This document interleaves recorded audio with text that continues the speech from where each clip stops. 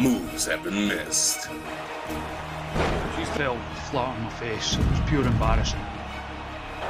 Physics have been broken. What the fuck happened there? Laws of time and space shattered in an instant. Yes, this is entertainment, but the glitches are real. Whoever you are, whatever you do, please don't look at this at home.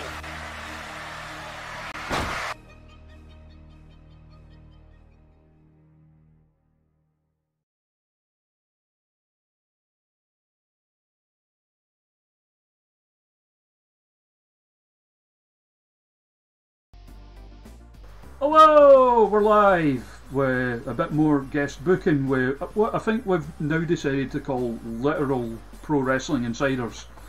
We've got a special guest following on from our what's been a run of having some really good, talented young Irish wrestlers on. Please welcome Raven Creed. Hi, I'm Raven Creed, and sorry to be ruining the stream of good Irish wrestlers. I don't know. I mean, I've always thought pretty highly of you. Oh, thanks. I wasn't just looking for compliments there, sorry. I was just making a self-deprecating joke. I mean, you can even go back, about over a year ago now, where I was like, keep an eye on that girl. On Twitter. Oh yeah, really? Yeah. Thank you.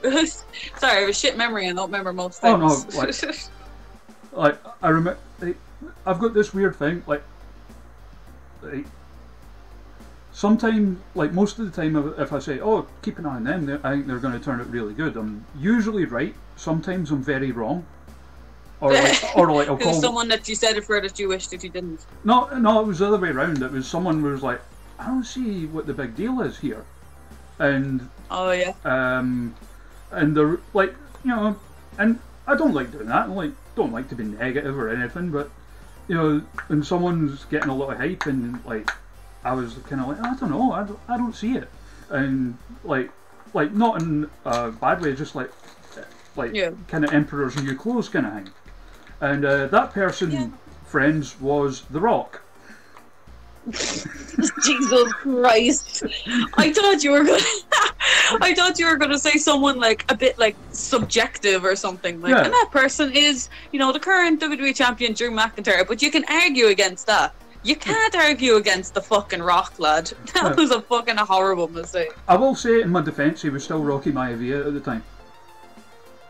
Okay, that's fair. Everyone hated him, but even when he was Rocky Maivia, again, I wasn't really watching during the time, but you were could still see you'd barely been born at the time. Probably. Actually, no, I wasn't born at the time. Yeah.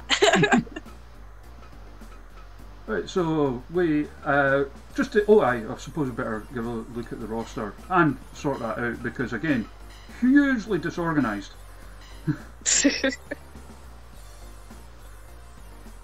Because I forgot to set up the fucking stables. Ah, shit. Just let everyone know who's watching, I had to get this game explained to me just before we came on. I have no idea what the fuck is happening, so this is going to be a fucking adventure. It's been the same with a few people.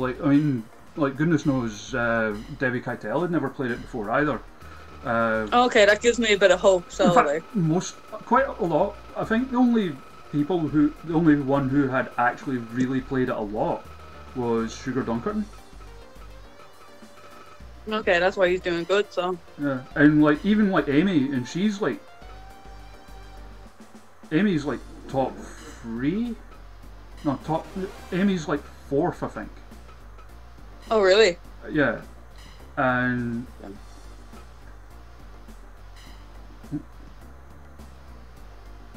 right, yes, I remember now. Yeah, Amy's 4th, I think. 4th or 5th. And her, literally before she guest booked it, her only previous experience of the game was on the charity stream that we did. Oh shit.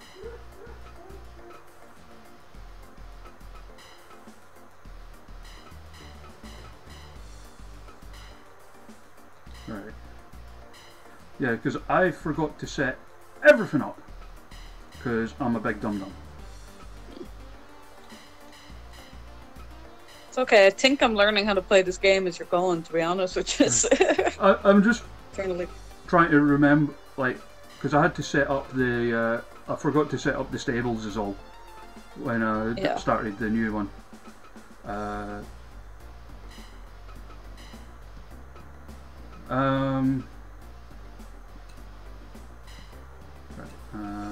there's that, there was...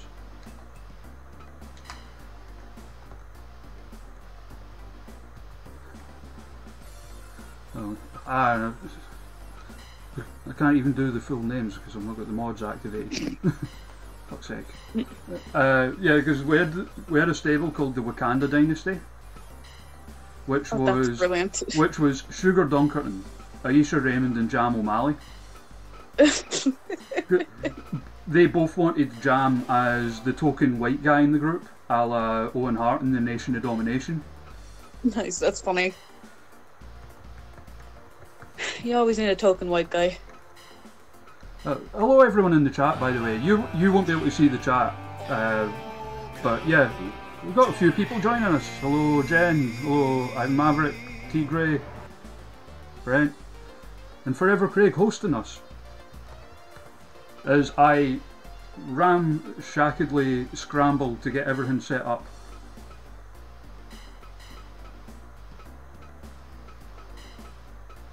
This is really weird to watch as like someone who like has no idea what the fuck is happening. This is like it's like I kind of feel both intimidated and horribly intrigued at the same time, you know? It's yeah, this is just me arranging things, like nothing else. Okay.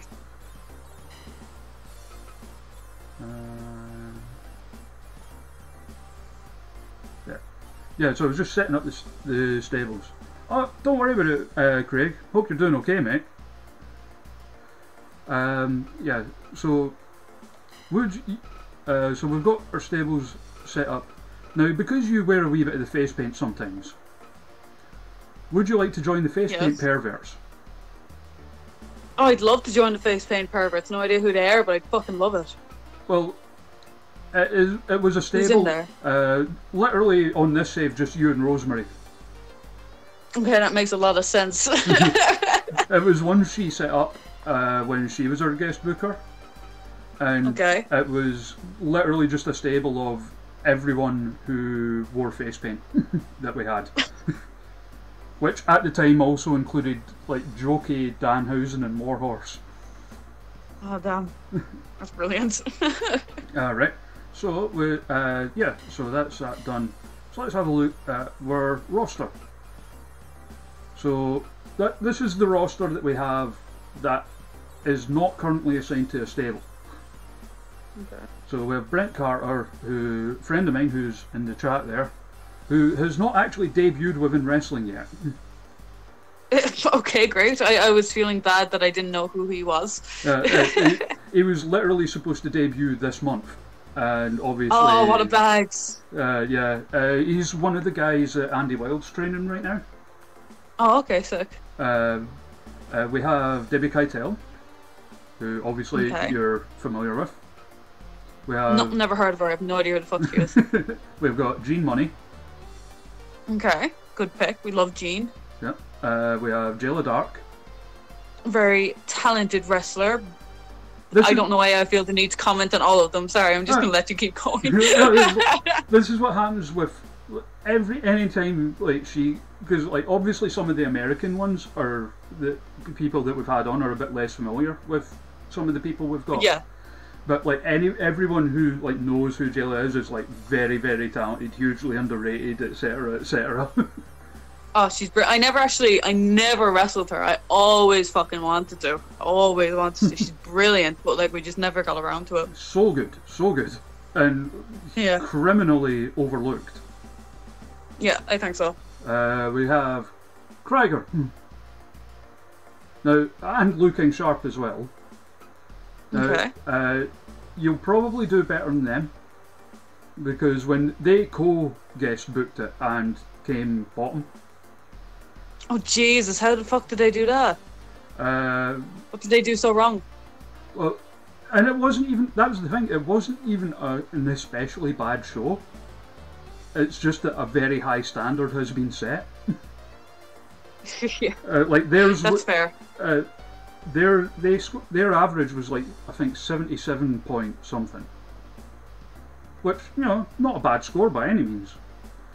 But they are also the only bookers to have scored under 80. Okay, Jesus. We have Lily Faye, who is a Dutch wrestler based out of New Zealand. Okay. We have my boy Manlin, one of the Source Wrestling schoolboys. We have Nice. Viper. We love her. We have Rusev, just for no reason other than we love Rusev. Who doesn't love Rusev, to be fucking fair? I can't wait to see what he does on the fucking indies now after all this shit. Oh, totally. And we have Sarah Marie Taylor. We have the Toast Perverts, which is Amy Alonzi, Brilliant. Emily Hayden, and Johnny Blood, who is a wrestling representation of that streamer guy I mentioned to you before we went live.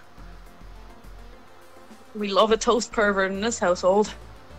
We have the Face Paint Perverts, which is Rosemary and yourself. We love it. I don't like how our logo is just her face, though. It was, yeah. Well, I did that at first because like it was her stable, like she started it. But and Okay, it yeah, was, that's like, fair I enough. was She's just the trying to think, originator. I was just trying to think of like, right, I need something that represents Face Paint. Well, Rosemary does. Wakanda Dynasty, which is Shug, Aisha, and Jam. And we have the Clout Chasers, which is an American stable consisting of Jodie Summers, Josh Fuller, Joshua Wells, and Andrew Everett. That's a great name. The Clout Chasers. It was That's a great name. Joshua came up with that. Nice. And yeah, so that is our current in-game roster. So with that said, is there anybody you would like to try and book? Oh, fuck, yeah. So this is just like we've got 4 separate free agency bits. We've got like North America, Japan, Latin America, and Europe. For some reason, the Owens twins keep fucking showing up in Latin America. As have Sky James and Fit Finlay in this case. Yeah, I was just about to say. Is fucking Northern Ireland Latin America now? I love it.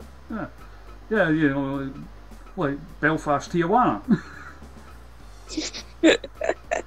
And we've got our European section, which, because it's most of them are the ones that I've made, obviously, and like try to do focus on like local wrestlers and stuff. So obviously there's quite a lot of Scots in there. Okay.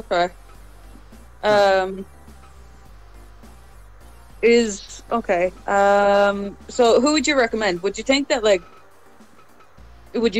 going too big too soon is a bad decision, and like how many people am I allowed to like try and book and stuff? You're allowed to as many. I would say as many as you want. Yeah. Okay, Stone Cold Steve Austin here.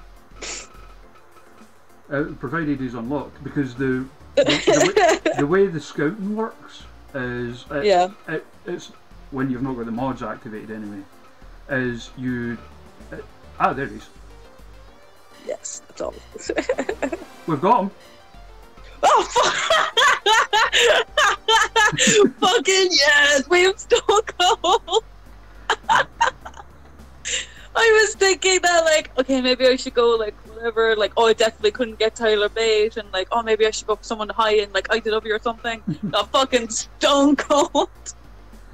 Yeah, this is the best day ever. Give us your hell yes, chat. Okay. Now, who would be, like, a proper marquee match for Stone Cold that's, like, a fucking indie wrestler now? Ooh. I'm gonna offend everyone with my fucking answers. So, like... Oh, fuck. Someone who's like a dirty bro, David Arquette. No, we're not booking David Arquette. Why not? What's wrong with David Arquette? Oh, Jesus Christ. Former WCW champion, I'll have you know. He fucking is, isn't he? Yeah. He was the guy in what scary movie? Scream, that like wouldn't stop dying. Am I right? He was the cop guy. Yeah. Who wouldn't die? Actually, yeah. So like, my North America bit is like some indie names and some of the recently released names, plus like a bunch of ECW people, a bunch of WCW people, a bunch of. How are we gonna get Randy Savage? Do you want Randy Savage? No, I don't want Randy Savage. Isn't he dead? But not in the game. He's not. Oh, okay, right. Sorry. It's like people past and present I've got here, so... You've Pitbull? As in, like, the singer? No, the Pitbulls, the tag team from ECW. Oh shit, sorry. I thought it was just because he, like, performed at that one WrestleMania. I was like, bitch. Yeah, let's get... What is it, Maria Menounos? I can never say it. She's one of those people, I don't know who she is, out with her appearing on WWE sometimes. Yeah.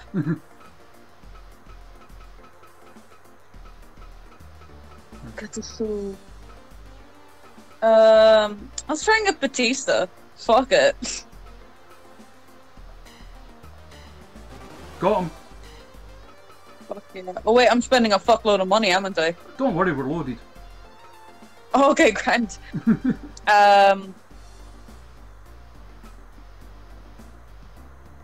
Okay, maybe we should go a bit indie now. So, like, let's have a... So, the roster that we already had at the start, we can choose from any one of them, right? Yes, they're actually signed to our company. Okay, cool, sick. Let's go fucking... Again, we've got, like, Japan, Latin America, and Europe as well. Go to Europe and let's see who we can take from, like, a Progress or a fucking... DCT, I love DCT. Everyone loves Let's try and get DCT in. Got yourself a deal, we fucking love it. Yeah, Debbie booked him as well. Oh, he's brilliant. And he's made just him a cool dude as well. Like. Oh, totally. And made him team up with Amy Lonzi, no less. That's a brilliant fucking idea. I'm not going to do it right now, but So, scroll down a bit. Oh yeah, my most recent creation, not counting that Sky James, Danny Hunter, ladies and gentlemen. Hi.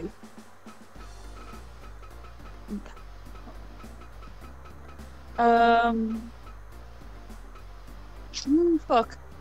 Let's get Jurn Simmons in this fucking party. Yeah, fuck it. He's knocked us back. Are you serious? Jurn Simmons isn't coming, but fucking Stone Cold Steve Austin is? What the fuck? You think you're too fucking good for me, Jurn Simmons? Bitch. Big league does. Huh? Yeah, he's just like big league does. What a dickhead. This is what I Fuck you. meant about, like, you can get indie people, but like someone like CM Punk will say yes. Yeah, literally. Like, could get Randy Savage from the fucking dead, but I can't get you, you bitch. Let's go up a little bit.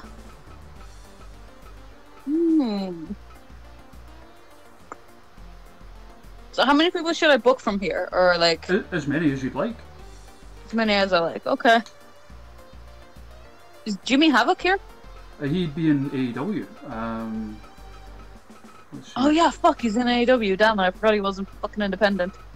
I just like Jimmy Havoc. He's in. Oh, fuck yes! We got Jimmy Havoc. Which means anyone else from AEW would probably say yes as well. Okay, cool. Let's, should I book one of the fucking Young Bucks? Just one. Which one though? No, I won't actually. I'm not a big fucking Young Buck fan. Ah, fair enough. Oh, I did say that I'd fucking say someone's favourite wrestler is overrated. Let's go for John Moxley, fuck it. Hell yeah. Oh, you bitch! Because he's one of their bigger stars. Who the fuck do you think? Oh, you dickhead. Stone Cold Steve Austin was booked? Aye, but he's a free agent. Moxley's under contract. Oh, yeah. True. And it was AEW saying they don't want to loan out one of their biggest stars, kind of thing. Yeah, that's fair. Which, you know, okay. I get it. Yeah, let's have a look in New Japan. I'm trying to think of like, do I book the matches and shit like that too? Yes, yeah. You pick who wrestles who and what kind of matches. Okay, I'm trying to think of like. Saying that, it's quite limited. Like you have the choice. You can't do like triple threats or four ways in this mode for some reason. But you can do like, it's basically like 1-on-1, 2-on-2, 3-on-3, or 4-on-4. Can I do like hardcore matches or like stuff like that, or? Well, you can do no DQ matches, or if you prefer, you can do an entire deathmatch show. Okay, that's interesting. Not even a huge fan of deathmatch wrestling. I'm just trying to think like, okay, who would be good against fucking Jimmy Havoc? It's because the if you do death matches, it has to be an entire deathmatch show because it's that Japanese like setup with the explosives around the ring and stuff like that. Oh, okay, fair enough. Because it's a Japanese game basically, so. Oh, okay. Troy Will Ospreay. He's in. Oh fuck yes. Okay. Is that like a normal amount of people to book for a show, or should I like? You can have some more if you'd like. Okay, cool. Hello, Jeremy. How are you, my friend? Book. I fucking love Kyle O'Reilly. Can we book Kyle O'Reilly for no reason? Yeah, Kyle O'Reilly. Oh yeah, definitely. I forgot to mention after the last show. Roderick Strong offered to work for us, so you can use him should you wish to do so. Okay, great, sick. I don't like Roderick Strong's face, so... You don't like whose face? I just don't like Roderick Strong's face. He's one of the best wrestlers I've ever fucking seen, but I hate his face. Everyone else usually hates his, like the shitty little boots. His little boots? Yeah, it seems to be a thing in America. Everyone calls them like shitty little boots. That they're like mid-calf or something like that? Like, yeah, I think so. Like, I guess kind of like the size of the ones Tyler Bates wearing there. Yeah, I guess so. What do you know what I hate? I hate when wrestlers don't wear knee pads because they look really creepy. You know? I mean, some people can pull it off. Like, some people can. Like, I'm not saying that like Tyler Bate and Pete don't look bad. But like, I heard on like a podcast thing before, Chris Renfrew was like talking about that, and he said that they looked like perverts or something. Like, that sounds like something Renfrew would say. Yeah. Okay. Fuck who? This is basically the entire WWE roster, by the way. So. Yeah, I know, literally. Fuck. Can we book Vince McMahon? Yeah. No. Oh fuck yes, let's book Vince McMahon. If he wants to come, then yeah, he's in. Oh, dance, monkey dance! This is gonna be class. I'm gonna send out a word of warning. Okay. So like on the previous save, because remember I said we restarted it. So when we had Manlin on, he booked Vince McMahon in a death match. Okay. And that same month, Vince McMahon left the WWE in the game. And so it actually has an effect on people? Well, it might have just been a coincidence, but our, like, in our sort of heads, our theory was that he left the WWE to seek his true calling as a deathmatch legend. Yeah. And then the month after that in the game, WWE went out of business. Jesus Christ. Okay. Okay, let's get back into the independent zone and leave WWE alone for a minute, so I don't feel guilty. All right.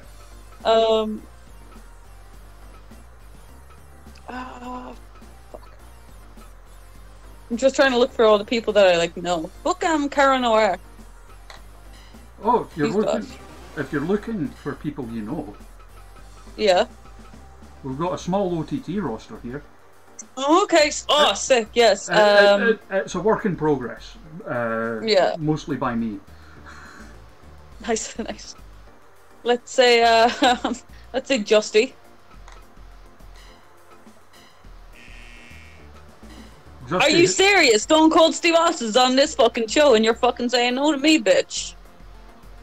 Sorry, am I allowed to curse on this? Because I already have. Oh no, you're grand. Don't worry about it. Okay, correct.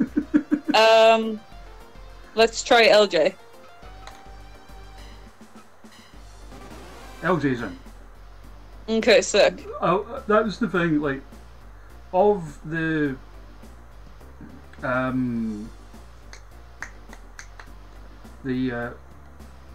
OTT folk. I mean, apart from like the only ones of the Irish ones, at least, the only ones that I didn't have to make myself were Katie Harvey, Scotty Davis, and Martina, who is actually in the Stardom roster on this. All the rest, like even like Debbie Keitel and that, I had to make myself. And is it very hard to kind of make these, or is it like? Depends how well I know the wrestler.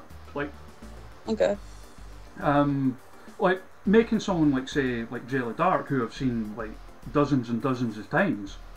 Yeah. Like that was easy because like I know how she wrestles and stuff like that.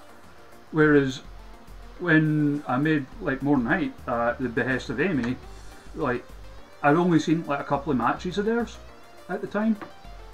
So I ended up like sat on YouTube like just watching More Than Height matches, and you know there's worse ways to spend your evening.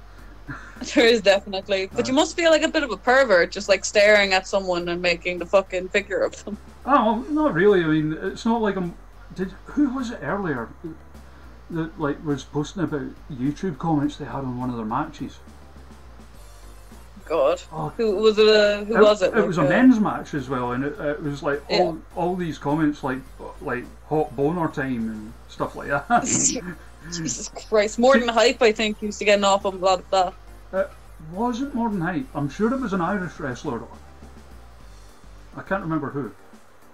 But yeah, and no Ivan Maverick. The David Starr was what someone else made that. I was just talking about like the Irish wrestlers. Yeah.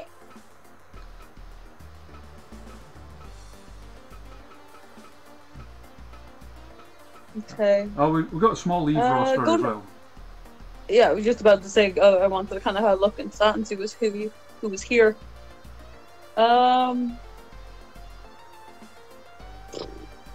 Book Sammy Jane. She's fucking brilliant. She's in. Okay. We love you in this household. Try.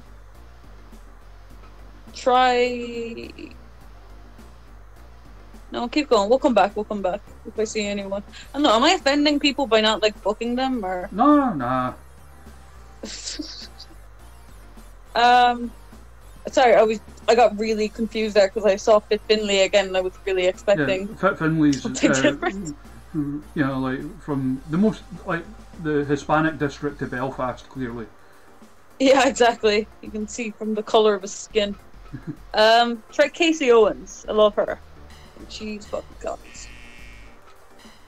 Casey Owens always fucking says no for some reason. Cause she's a bitch. No, sorry, I don't know. She's lovely. Probably, yeah, she is. She is. Yeah, because like for some reason it's got like Ladybeard, who's an Aussie, and Haku in Latin America as well. I feel like this is almost a bit racist. It's when, like in their case, like Haku and Ladybeard, when the regions in the game, if someone's from a country that doesn't apply to one of those, it just throws them in a random one. Oh, Jesus. That's brilliant. Okay. Yes. Oh yeah. Sky James there, by the way, who chat will be uploaded later today because I made her last night. Sorry, I'm just noticing how much like detail is at the side for every wrestler.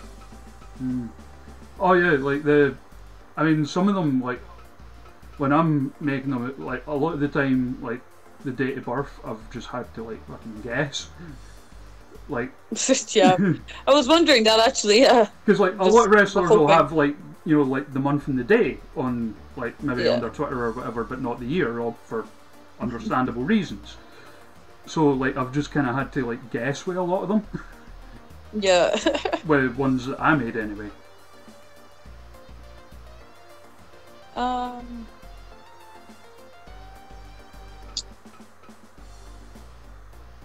Can we try Alistair Black? Just because I really like Alistair Black. He's in. So we love Alistair Black in this house. How many more should I be getting? Let's see. See how many people we've got. Just quickly look at the book thing just to see who all we've got at our disposal thus far. Yeah. So we have all of like our own roster. Plus we got Cara Noir, DCT, Stone Cold Steve Austin, Batista, Sami Zayn, LJ Cleary. Oh, Trey Miguel offered to work for us as well. Sick, we love it. Jimmy Havoc, Will Ospreay, Ali Black, Vince McMahon, Kyle O'Reilly, and Roddy Strong. And Okay. yes, Jeremy, I do have a Courtney Rush in the game as well as Rosemary. Okay. So let's say maybe at most like maybe 3 more. 3 more. Okay, okay. Let's try and get like, I don't know. I don't have a strategy at all going into this. Do people have strategies, or do they just like blindly guess? Some of them have had strategies, but you know. Okay. Let's try Jodie Fleisch. Jodie Fleisch. She's fun. Not in. What a bitch. I'm taking like personal offense. The next time I see these people, I'm going to be pissed off at them. So Maya in the chat says, "Book hot people, Raven. It works." Book hot people. Okay. Okay, who is attractive? So let's try. That's what she did, and she ended up coming first place on the leaderboard. Okay, brilliant. Okay, sex sells. Hot men and women, or just women in particular, or just like whatever. She used a bit of both, yeah. Okay, great. Let's get some sex appeal in this house. Jeremy, I've got Rosemary and Rush in the game. Courtney Rush is not signed to our company, but Rosemary is. I don't want to give away who I think is attractive now, because I think that will make me look bad. Well, maybe even not from a personal level, but you know, maybe like, oh, so and so is popular with the ladies, or popular with guys, or whatever. I don't personally like him, but EC3 is conventionally attractive, right? He's a well-built man. He's a well-built man. He has a nice face. But he's He's too a big stupid for us. cunt. No, sorry. Huh? I didn't say anything.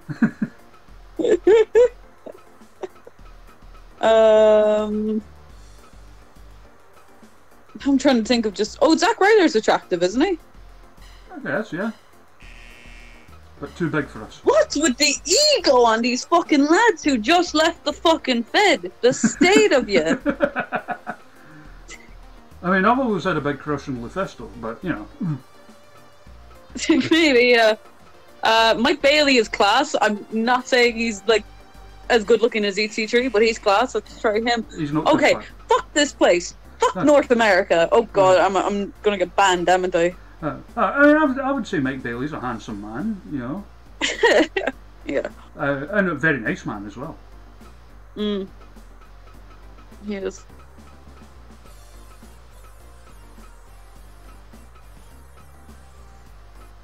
Lana Austin is very attractive. And she's in. We love it. We love it in this household. I'm trying to think of like who does like a good-looking gimmick or whatever. Or am I just thinking way too much about this fucking good-looking thing?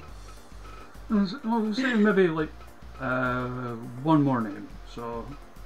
Okay. Let's make it a good one. Go to. Let's see if we can get someone from New Japan. Actually, no. Fuck that. Go back to Eve. We'll get Tony Storm.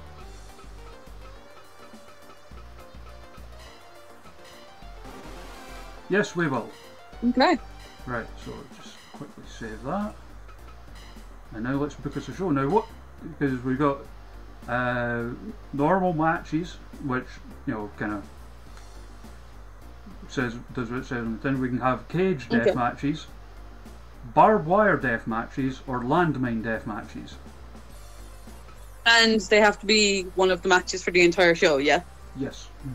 Although, okay, we'll just go with normal matches for now. You can set normal matches to be no DQ at least. So. Okay, that's good then. We'll Right. So how are we going to open? So we'll open with a singles match to start off. Because I think that we should give a clear good guy and a clear fucking bad guy.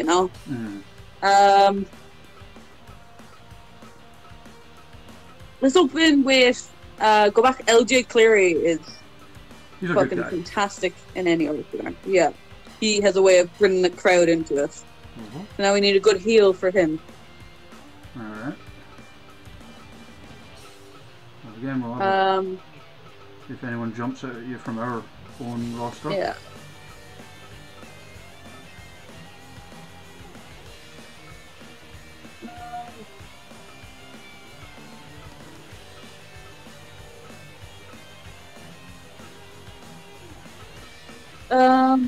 And back again.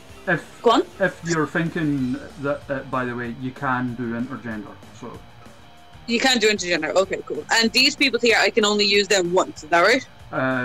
Well, you can use them on the show, but you can't double book people if that's what you mean. Yeah. Okay, cool. I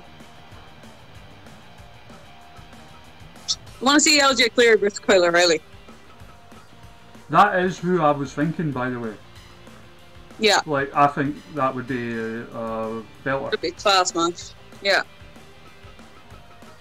Okay.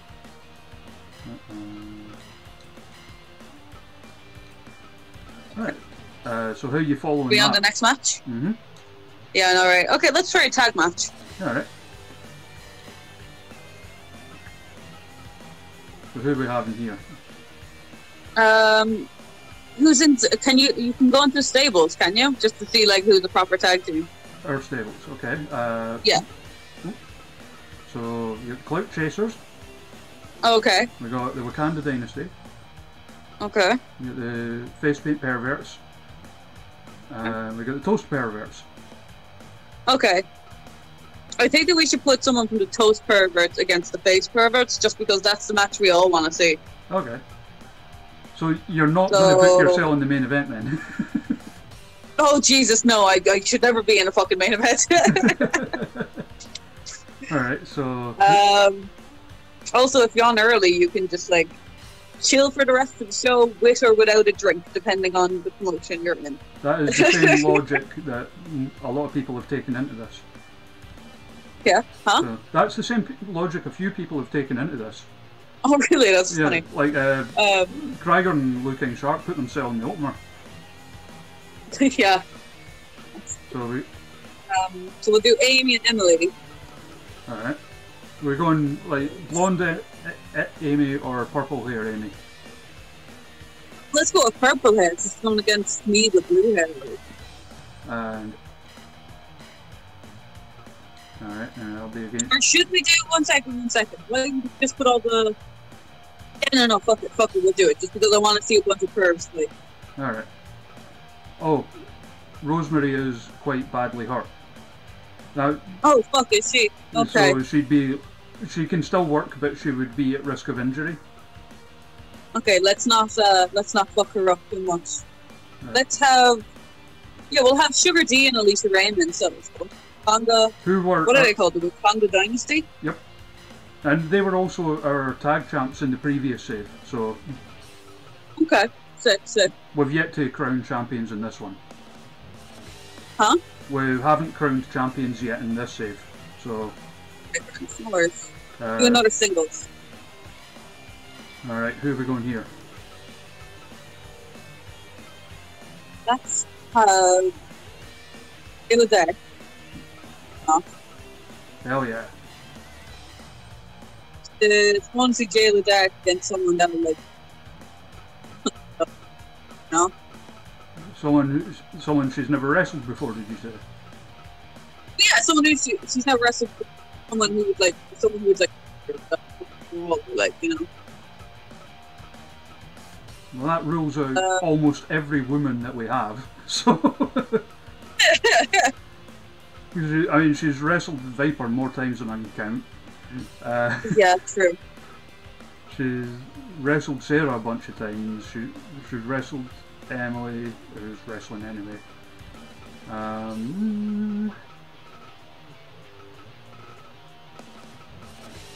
What about Debbie? And me, just because I was chatting about it earlier. Alright, that would be cracking. No. What that attire, match is going to get like 4% longer. Do we got some attires here? Oh, Jesus Christ, that's really just taking it back. Go with the white one, because I haven't worn that in a while. There we go. Okay. You two knock the bejesus at each other. Hopefully, yeah. Let's go for another singles. Alright.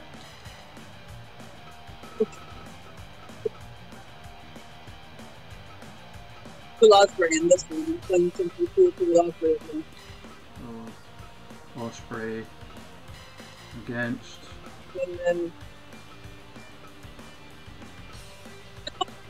This is Alistair Black. Would that be good? Probably. That'd probably be good. I'm going to go to Alistair Black just because I like both of them and I have no other reason to. Big Mad Ali Black. Mad Tam End. Right. How are you following that?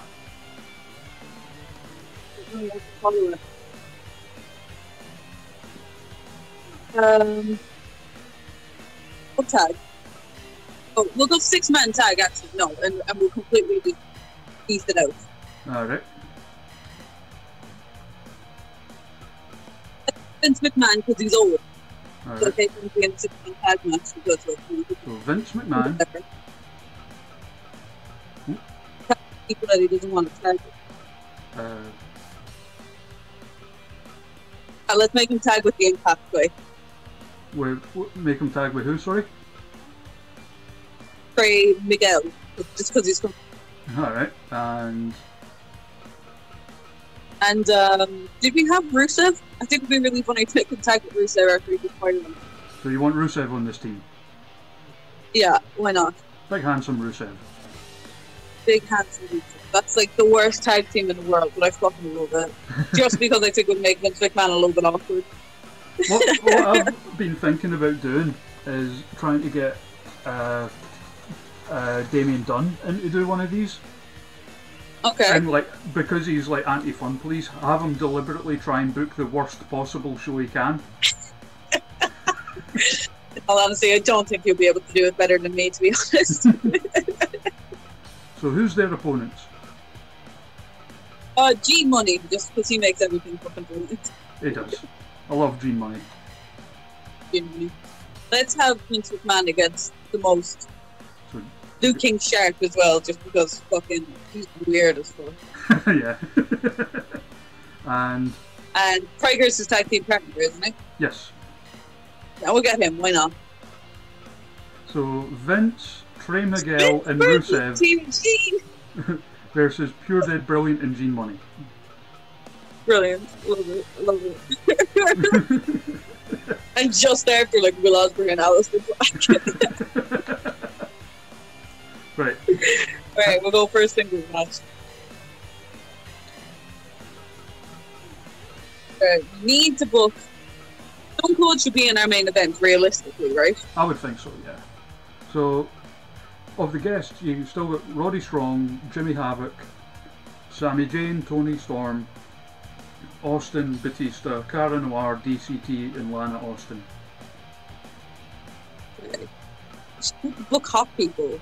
So, can we book... Oh shit, we already booked Rusev.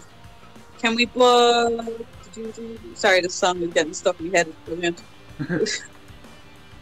DCT is the most attractive human being in the world. International Sex Hero. International sex hero. I don't think anyone can deny this. Against Lana Austin. That I would pay to see that match. I think that's definitely what everything else is. That sounds brilliant.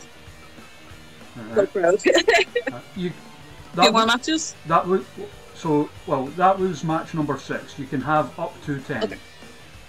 Okay. So obviously, main event's going to be Austin and someone. I think it has to be, yeah. Okay. Right. So we'll do another tag match before the main event. We'll just do that.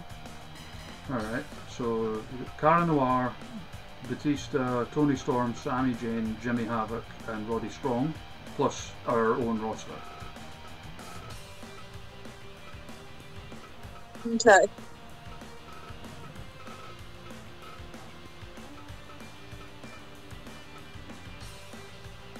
Very good choice. We'll do Andrew Everett. Big giant Andrew Everett. Big giant, yeah. Do you know that Krieger no, legitimately thought he was like 7 foot? Oh shit, really? Yeah. Can we make this a singles match instead? Mm-hmm. Sorry. Can we make it a singles match just because I can't think of a good tag match? So we'll do Andrew Everett versus Jody Fleisch. Kevin. Oh, Jody Fleisch knocked us back. Oh, the selfish bastard. Okay, whatever. We'll have Andrew Addict versus Roderick Strong. Why not? Fuck you, Jody Fleisch. Who do you think you are? Oh. Ah. Right.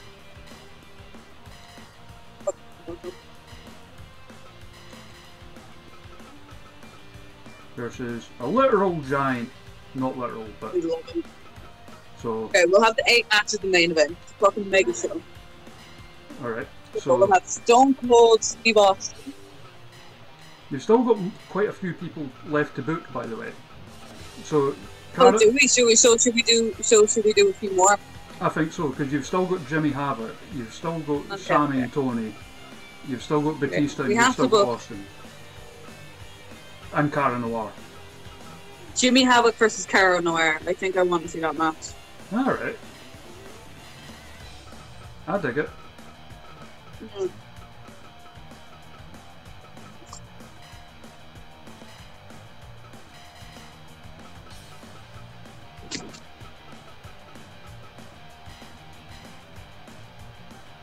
Alright. Okay. And then we'll do a tag match. And then we'll do somehow doing a main.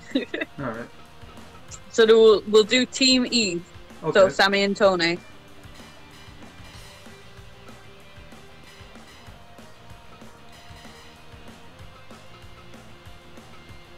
Who's left? Very good. Is Debbie in a stable with someone? Nope. No? Okay, I thought she was. Debbie, just because she's good. Yeah. And... Oh, do it with the one with her bloody or something. That's my favourite costume. With what one, sorry? The costume there. Is there one of her just like bloody? The one with the half face painted, yeah. Yeah. Oh, that's brilliant. Sorry. No, I thought that it was just like blood because of the time that she cut her face open. I didn't know it was the face paint. Remember, like after. I'm not saying I want her to be bloody, just for. Remember when after it she did like the sort of half face painted thing? Yeah, it was it's supposed to be that. It's supposed to be like that. Okay, so we'll do Debbie and Piper. Ooh. Niven.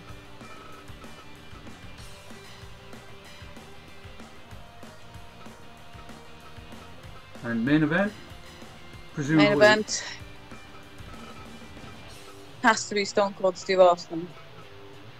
Steve Austin and Batista, Battle of the Bald Men. Yeah, we'll make it Blue Tista as well. Blue Tista, definitely.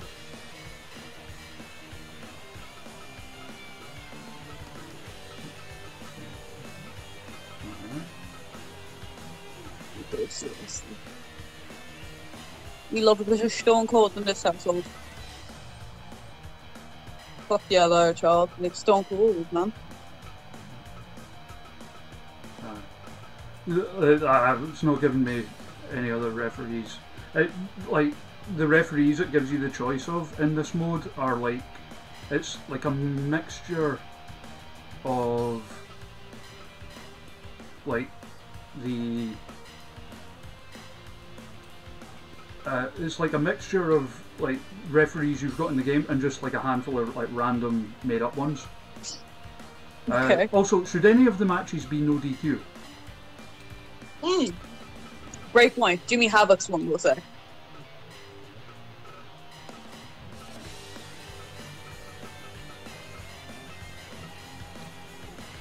Alright. Any others?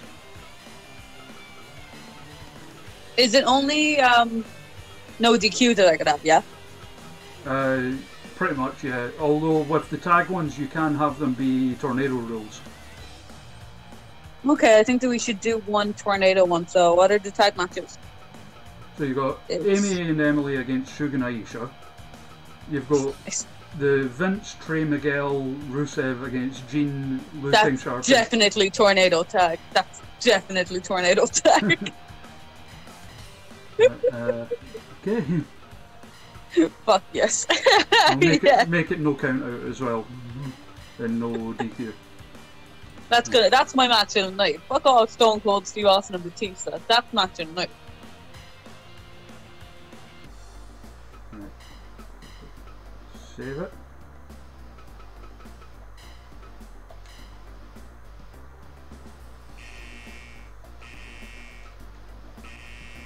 What the hell? Oh, what? Right. Don't worry. People no showing. Oh shit! No! It's Fuck, okay. it's Stone Cold no show. It's okay. It's okay. That's why I saved it. Oh, okay, crap. Shit. We'll scum strat this. You know, I've got no. I've not got any qualms about doing that. Good. We love cheating in this house. Oh yeah, and I forgot to do the boring part. Merch. Oh yes. Fucking charge everything the most expensive. Not really. Charge everything what's normal. Yeah, Except just make sure we sell a fuckload of it. We don't want to rip anyone off. Oh no, we don't want to rip anyone off, but at the same time, like in real life, no, we don't want to rip anyone off, but I want to win this fucking game.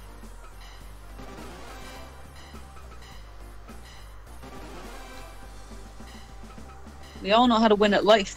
Capitalism. That's what our lizard overlords tell us. Fuck's sake. Right. Okay, I'm going to cheat. Okay, cool. I love cheating. It does mean rebooting the game, but that's okay. Okay. That's fine, I'm here for it, I'm ready. Right, excuse me, chat, viewers, while I cheat heavily.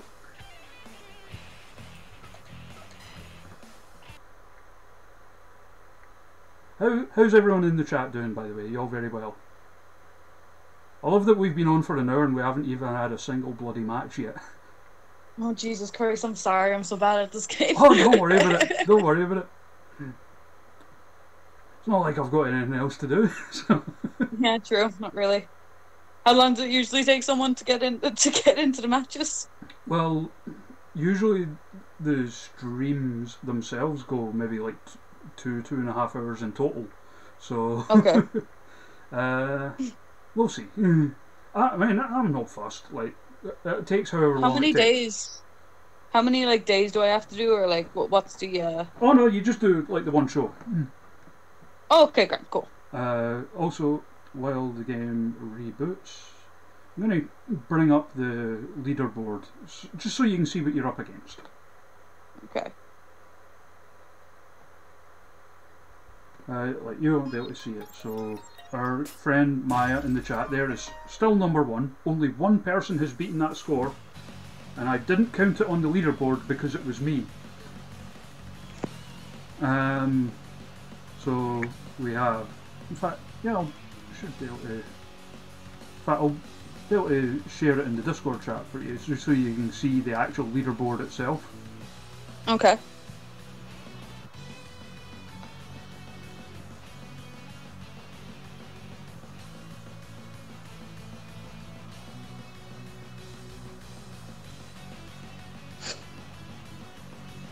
There you go. So I've just posted that in the chat. Okay. How do I see that? if you go to the actual Discord chat, like Okay. there's a bit for text and shit below where the Fire Pro screen is. Yeah. Got it. 97.1%. I'm definitely not getting that. Well, I once did 97.8, but I didn't count that. Jesus. Yeah, Amy Alonzi, I a feel- very respectable 4th. Yeah. Did you say she played this before? The only experience she had of the game at all before her booking a thing was on the charity stream we did. Okay. Okay, good to know. I'm fucked, so. I mean, as I said, none of them are bad scores by any stretch of the imagination. It's Yeah. just a very high standard has been set, pretty much just because we've got an absolute banging roster. Yeah. That's.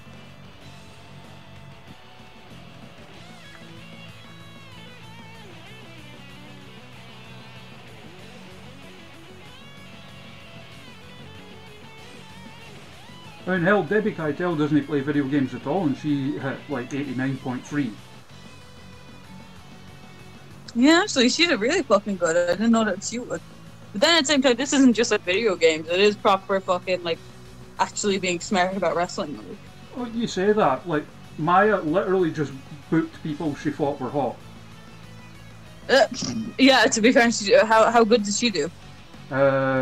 She won. Oh, shit. That was her in the chat saying book hot people. Oh, okay, I definitely should have booked hotter people. Well, to be fair, Rusev and Vince McMahon in one match, so the sex appeal in that match, Jesus Christ. I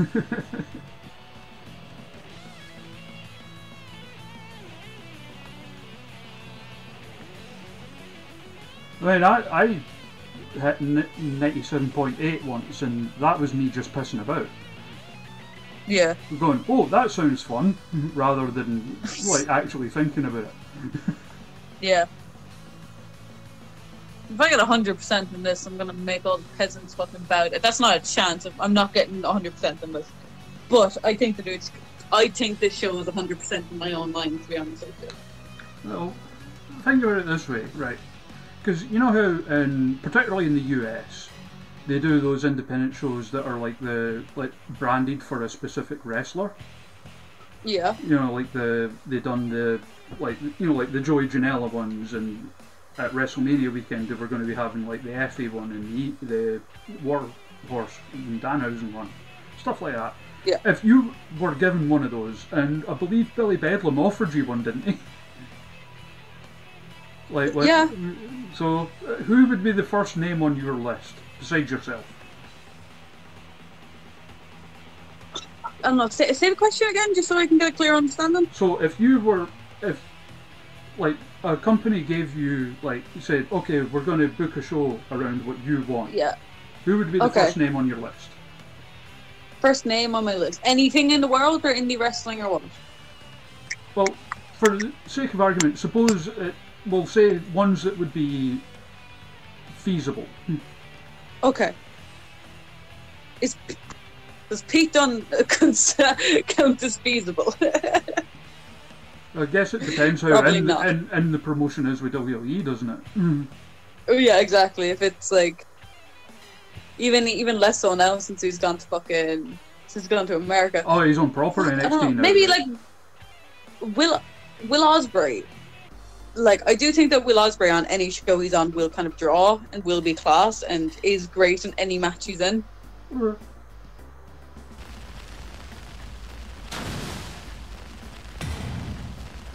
There we go. Oh wow! I'm having stone pups. Nobody no-showed. What a surprise! Oh wow, class! I can't see the screen. Oh, does it not come up? No. Shit. If you scroll up in the Discord chat, it should be at the top. Okay. I can't Where's the Discord chat? I'm in that. Right. Give me a second, then I'll quickly try and fix that. Sorry about this one.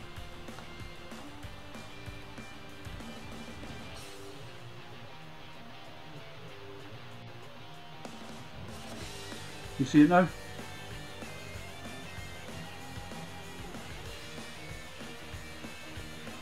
No, I don't. Huh.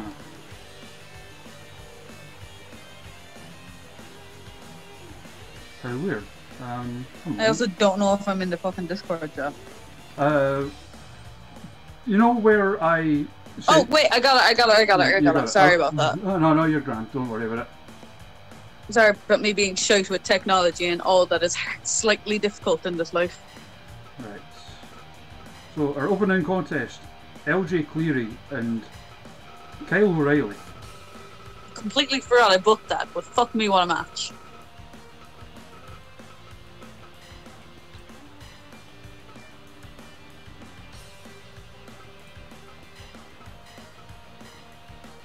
So what happens now? Does it just like... We're going to run the matches. Okay. Now, it might be a bit jittery at first. That's just a side effect of me having the mods active. It'll clear That's up. cool. It should clear up by the end of this match. Hmm.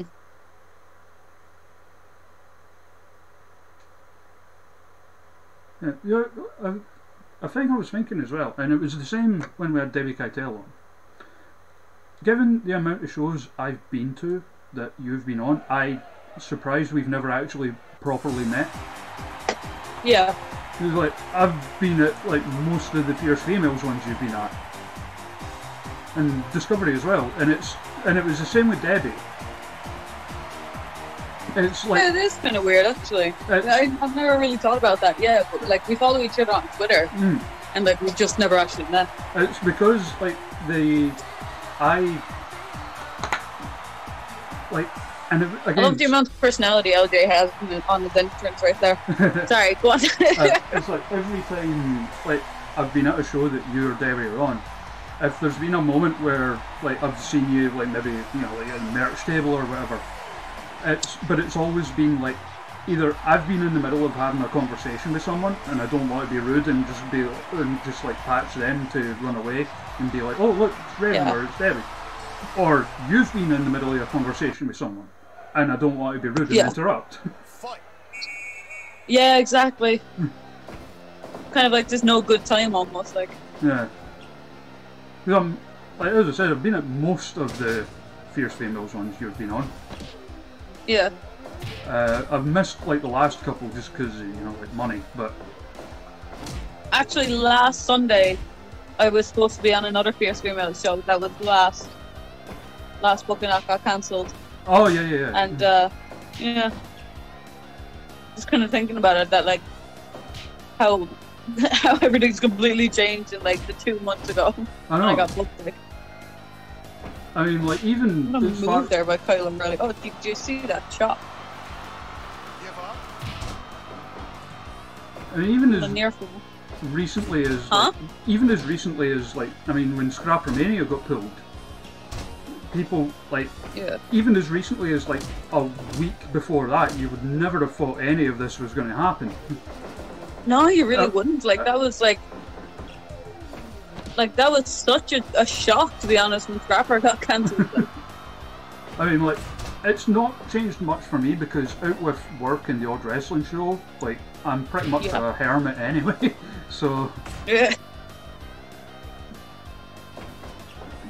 No, I'm not much of a go-outy person, but, like, I'm missing the gym, I'm missing training, I'm missing, like, all that kind of stuff, and, like, I don't know if you've seen anyone on Instagram, but it's a really funny thing of everyone just complaining about having to work out at home instead of like working out in the gym. Like no one can do it at all. Yeah, I would love being able to do my job from home, but Yeah. Oh, you can't necessarily sell something in a shop from home, like. Yeah. Here's a thing I've always meant to ask, by the way, and it's one of those things that like. Maybe it's just my brain reading into something that isn't there or whatever, but you were in a stable called Therapy. Yeah, I was. Believe, is it Phoenix, was it? No, it was originally in CCW. Okay. So, you're CCW. You were in a stable called Phoenix. No, called Therapy. No, in CCW, I was in a stable called Therapy. Phoenix is the new. Phoenix is a new branding corp. That was me. I know the stable was Therapy. It was just me putting the wrong words in. Oh, sorry, I'm really stupid. So, was the stable named for the band Therapy? It wasn't actually. I've actually had a few people asking me that question. The name just came from Billy Bedlam, the other person in the stable. He was getting a tattoo, and he just like went a bit insane when he was getting a tattoo, and was like, oh, Therapy, what a name! And like it's literally as boring as that. Like, there's so many Therapy songs that would be cracking to come out to. Yeah, and I actually people said that to me, and I looked up the band afterwards, and I was like, oh, this actually would have been good. Yeah, because there's so many of their songs that I think like fit the vibe of like the stable. Yeah. I mean, I've been a fan of them since like before you were alive, but you know.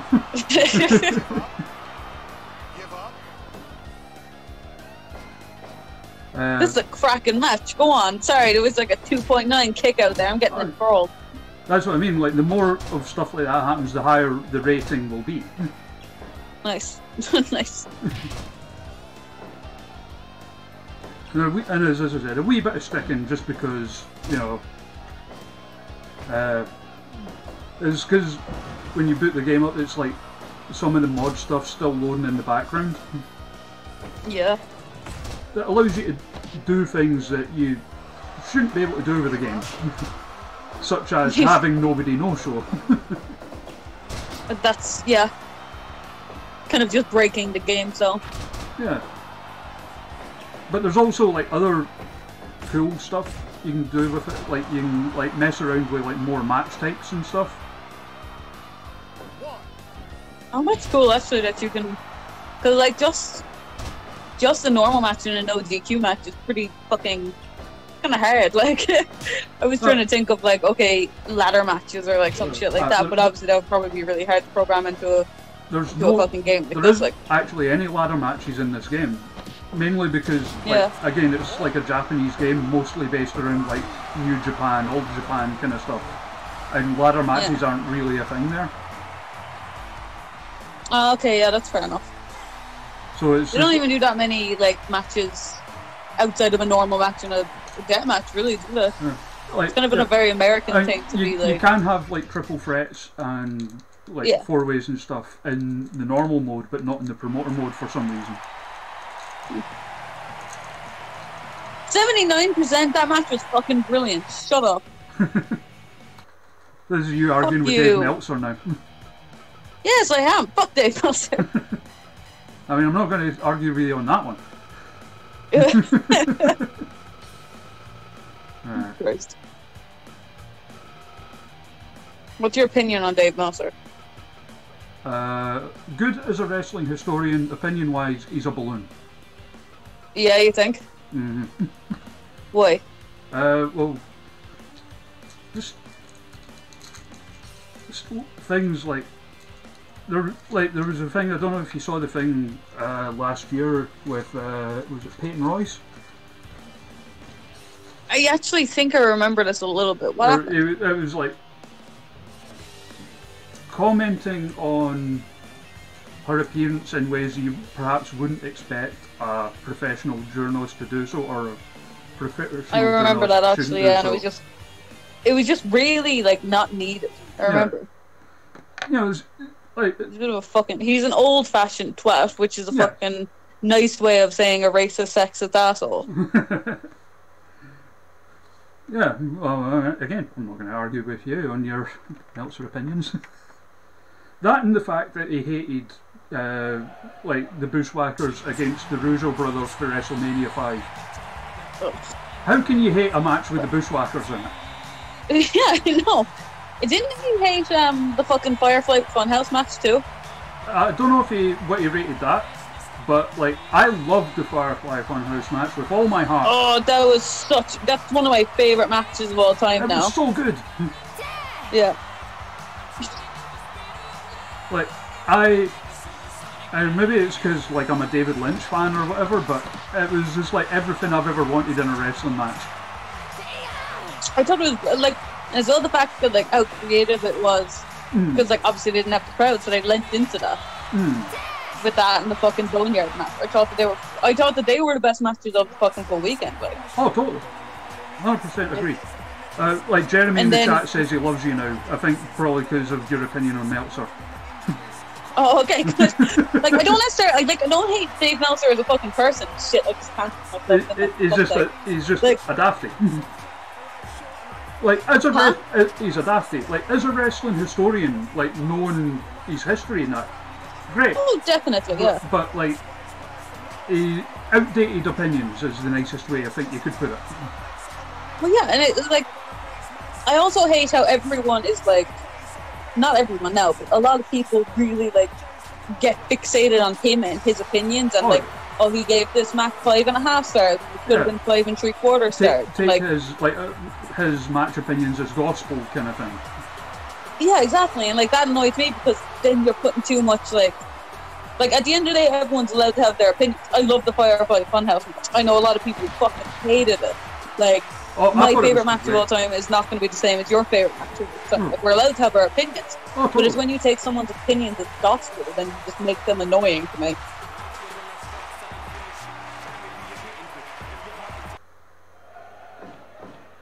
That was a lot of talk, sorry. I'm the same when you get me started.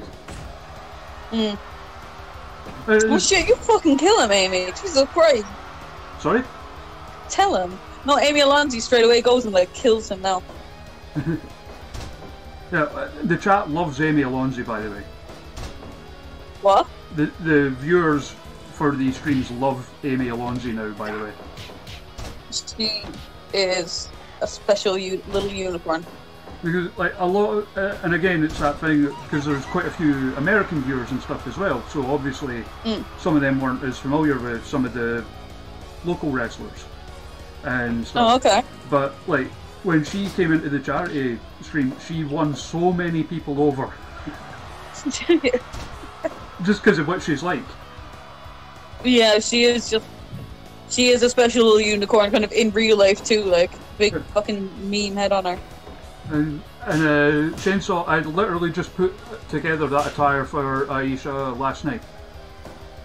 Because, basically because of when I was making Sky James, she was wearing one kind of similar to that. I was watching the match, it was actually Sky James and Amy Alonzi against Aisha Raymond and Bobby Diamond.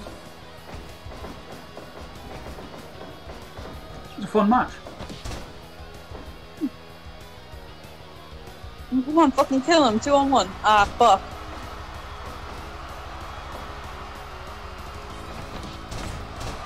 Ah, yeah. Emily too smart for Sug with that one. Oh, you're having a fucking stalemate. We love it.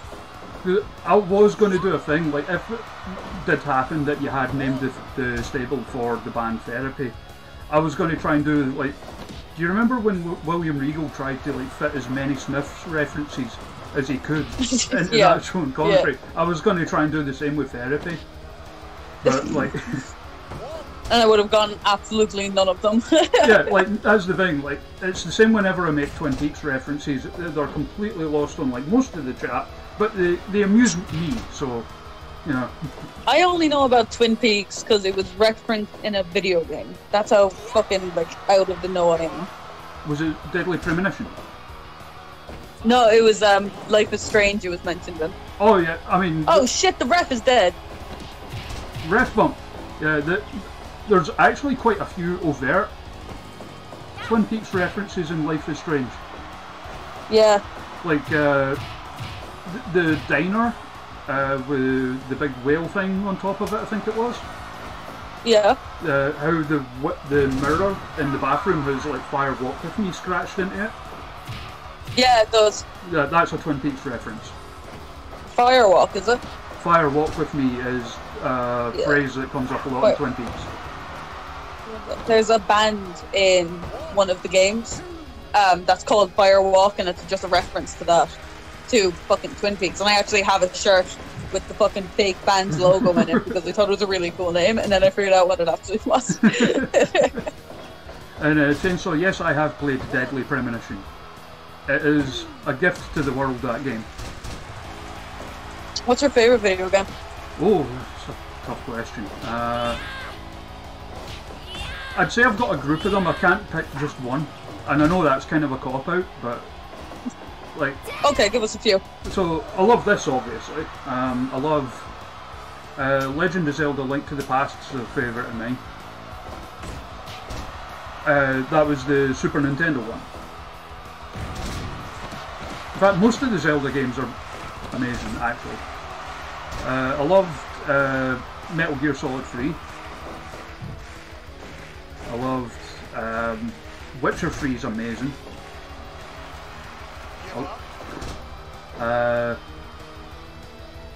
Christ.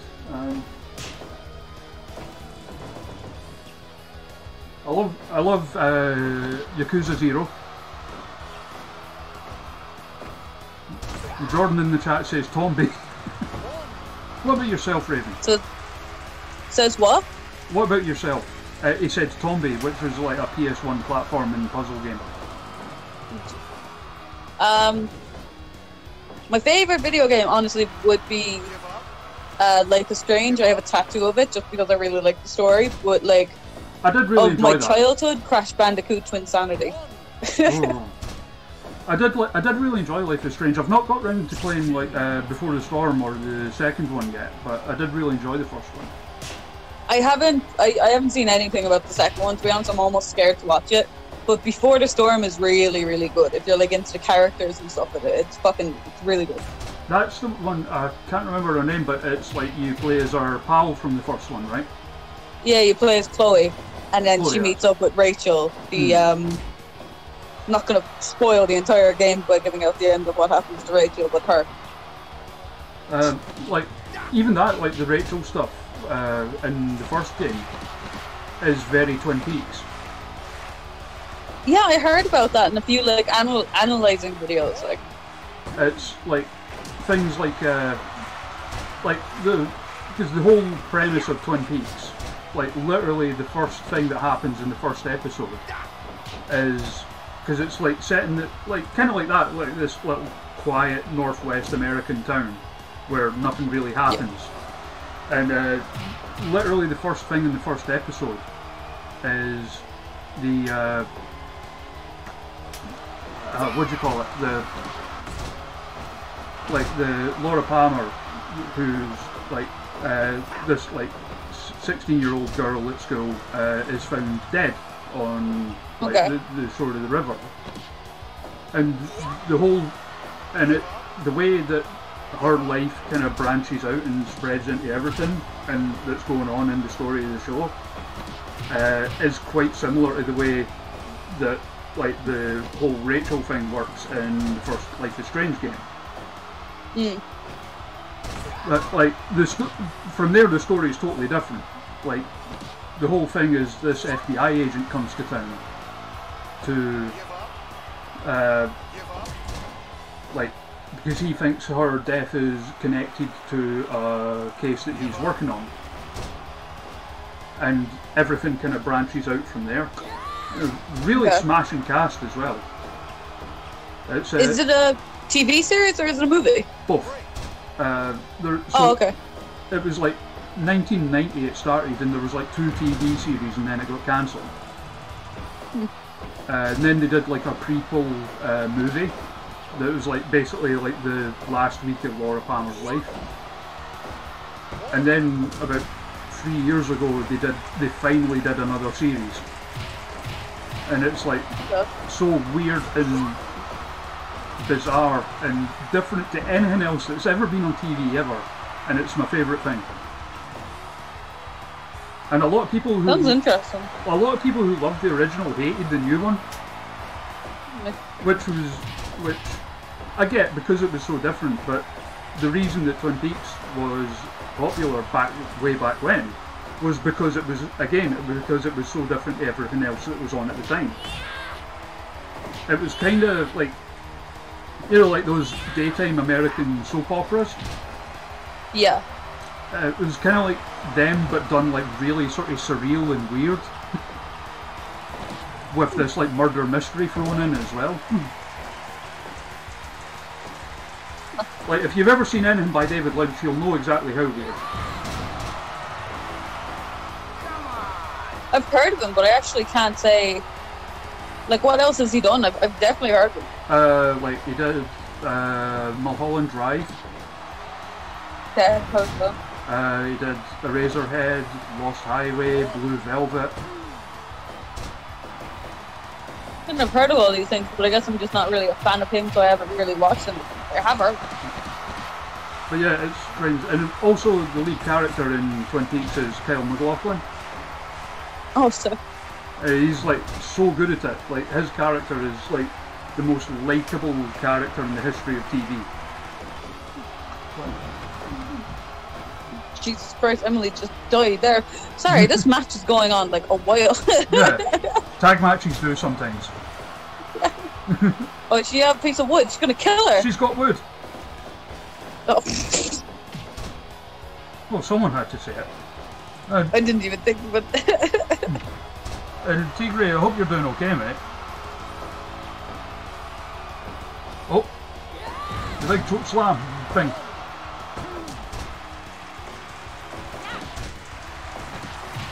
Aisha just battering everyone. Oh, killer. Shit, what are you doing? Low blow. At odds with should being a total sweetheart.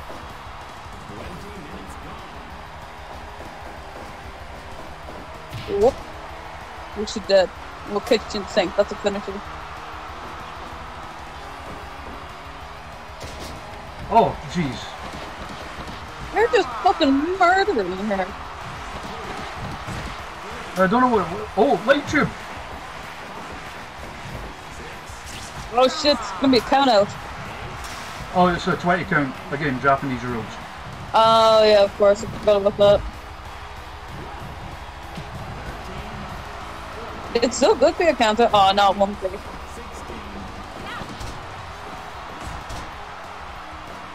We love abusing the referee's count on this show. And speaking of abusing referees, we're going to have Lana Austin later.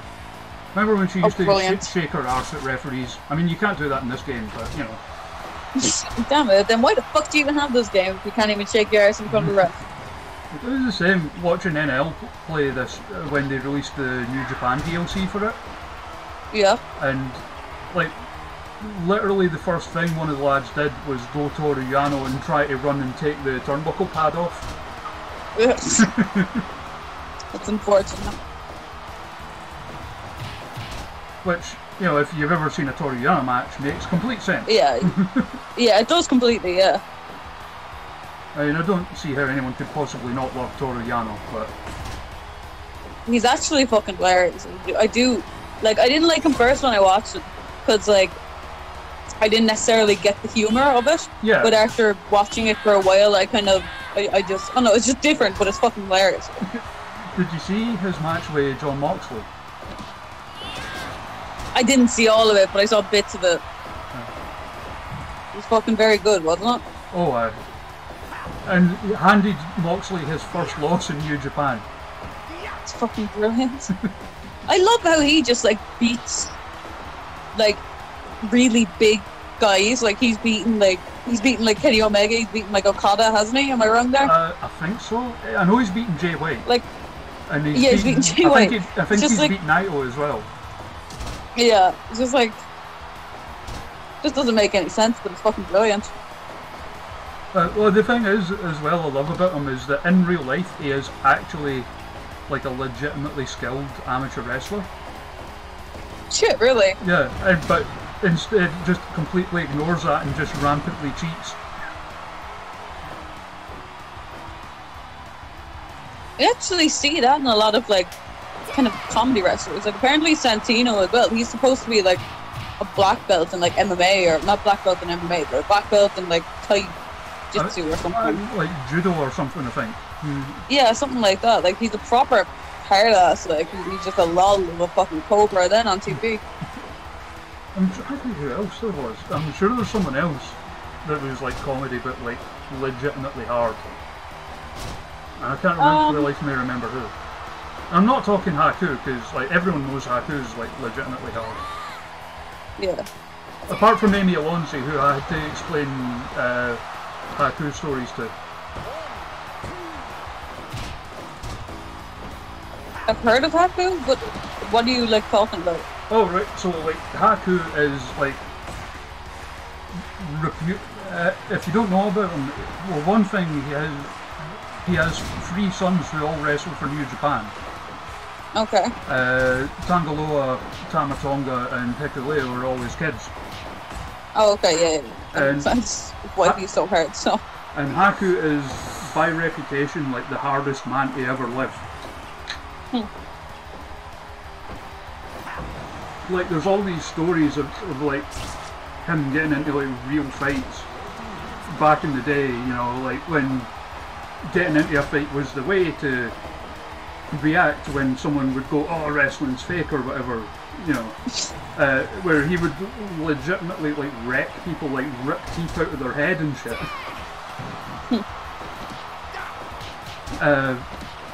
There was this, like, one time he started a fight and the police got called in, they maced him, and apparently all that did was just make him angry.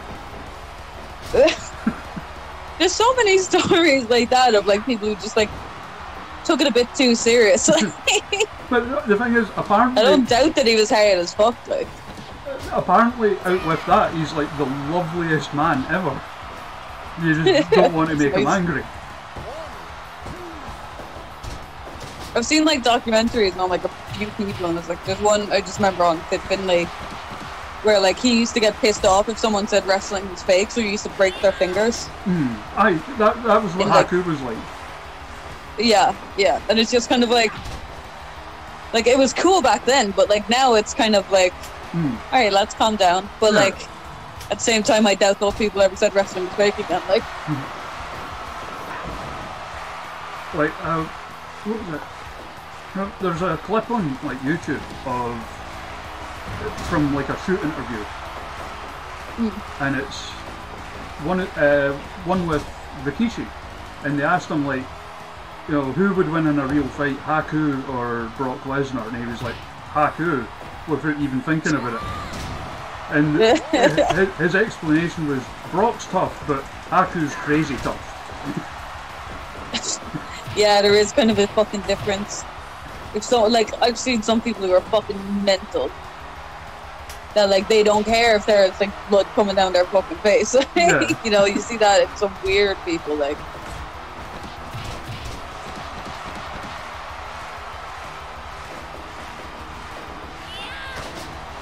Yeah, this has gone on for a while. Yeah, it really has. Is the game broken? No. Or is this literally just, like, the best match ever? Is this going to beat, like, Stone Cold and Batista? I mean, this will Probably. probably get a high rating, yeah. That's okay. I win, I guess. Really disappointed that LJ and Kyle O'Reilly only got, like, 79%. I thought that would be great. Sometimes, like, Clash of Styles can play into that as well. Yeah, maybe. No, I want to see that match in real life now. Yeah, oh yeah, that would be I think fine. I want to see this match in real life now after watching it for so long. Hell, like, O'Reilly Fish and Strong against Modern Height, give me that. Yeah, actually, that's a class idea.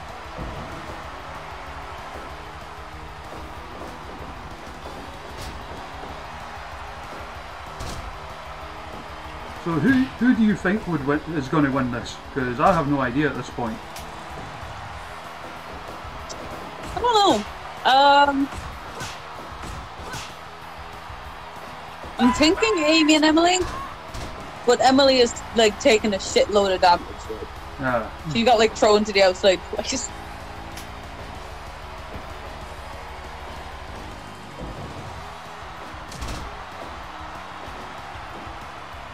Thank you for the follow, Ronald Raymond Craig. Appreciate it. That's the thing, like, you won't hear it, but like the follow alert is Yeah. It's like, because of all that toast pervert stuff, it's like a little like picture of like Amy pops up next to the so and so has followed thing, and the audio is the Lovejoy's wife to The Simpsons screaming pervert. Big fucking pervert head on her.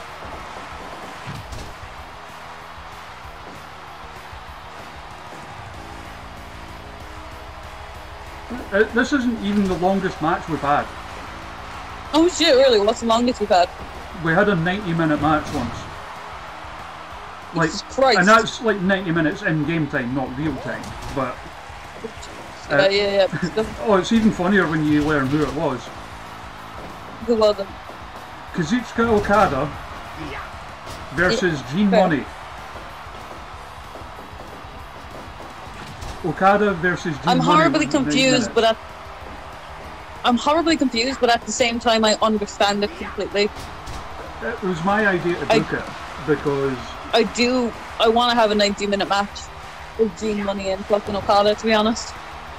it was because the reason I wanted to book it is because, right, you know, the Ainsley Lariat versus the Rainmaker. You've got that damn Dirty Dog versus Rainmaker. Oh shit, it's over. Referee stoppage? Yep.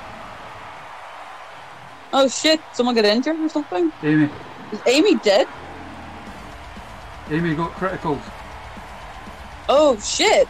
I killed Amy Alonzi. But you got 100%. Oh fuck! Nice, I got 100%. Like, Before we go on to the next match, can I take a 10-second break and just go to the bathroom? yeah, of course, of course. Sick.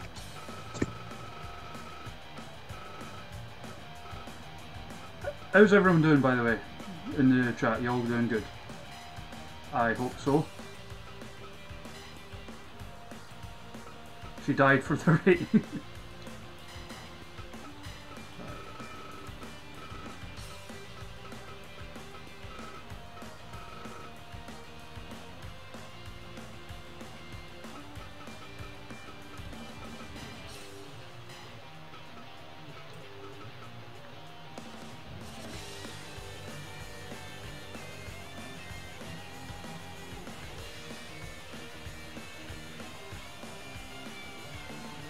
I hope you're doing okay, Tigray. I'll message you later when this is done, like check in on you, because I hope you're doing okay, mate.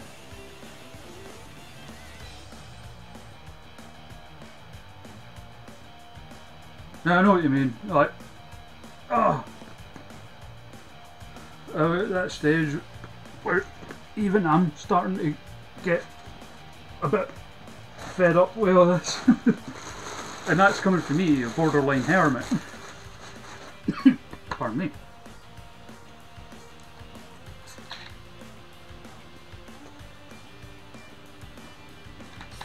And we'll be back tomorrow, by the way, with Manlin. Manlin's going to have another try tomorrow. Oh yo, I'm back. Hello! So, next up, it's your match. Oh dear God, I bet this is going to get like the worst rating of the show or something now, purely. I don't know. I think you against Jayla would be a banger in real life. In real life, yeah, I'd love to have it. She's retired now, I'm sure. Yeah, yeah. So I don't think it will happen, but... why would she do that to me, go and retire? I know, right? What a bitch. Selfish. That is the thing, like, out with being a fantastic wrestler, she's like one of the soundest folk ever. Oh yeah, she is absolutely lovely. Touched her boob once. Ah, how was that for you? Kind of non-consensual. That's a joke. It was absolutely consensual. It's fine. No, we were just lolling around. I think she wanted to just show me how padded her bra was, and it was. Oh.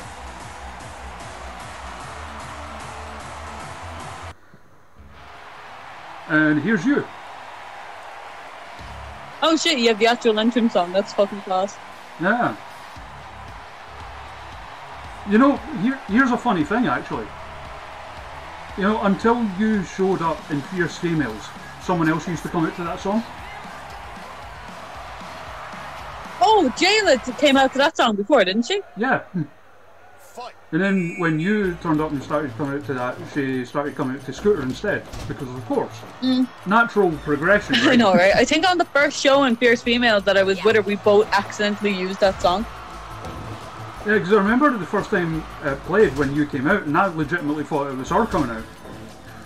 And then again, she's had like dozens of entrance musics over the years. Yeah. Love how she ended it on Scooter, like completely on her own terms. Oh yeah, not many wrestlers, you know, get to go out on their own terms the way she did, so, you know. Yeah, exactly, it's nice, like. And on a cracking run of form as well. Huh? And on a fantastic run of form as well, like having like belting matches. Oh yeah, exactly. Getting to go out on a high.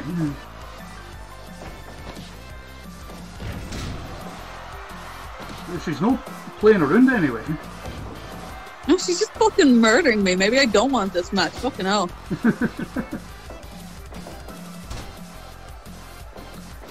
So big attitude adjustment. That's the thing, because we've never like met. You'll never have heard about the curse. The curse? Oh god, I'm terrified. Go for it. No, so for many years there was a curse involving me and Jayla Dark matches. Okay. Where if I was in the crowd, she would lose.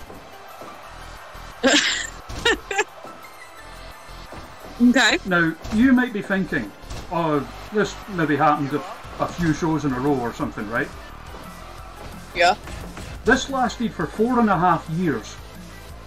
Fucking hell! How much was she losing? Jesus. Oh, she won matches in that time as well, just never if I was in the crowd. Never when you were there. Yeah. Like, the first... So that means I have a chance in this match, basically, is what you're saying. Because you are here, you're watching a match, and that means you can't win. Well, it did end eventually. Like, because it ran from, like, the first time I saw her, which was against Viper, and that was, like, because I looked up the dates from, like, the last time we spoke about this on the screen. That was, like, February 2013. And the first time I actually saw her win a match was October 2017.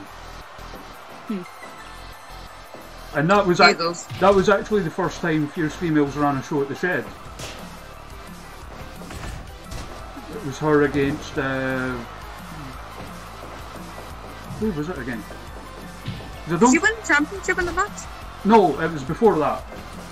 Oh, okay. I can't remember who it was. It was Viper she beat for the title. Because you can hear me on that, believe me. What, like being just so shook that she... Yep. Like, there's a video that they put on Twitter, like, of, you know, like some companies, like I know Fierce Females do, where like they'll, throughout the night, they'll like have like, maybe like mobile phone footage of what's stuff as it's happening. Yeah. And they had one of her with the title change, and you can hear me like, she fucking did that!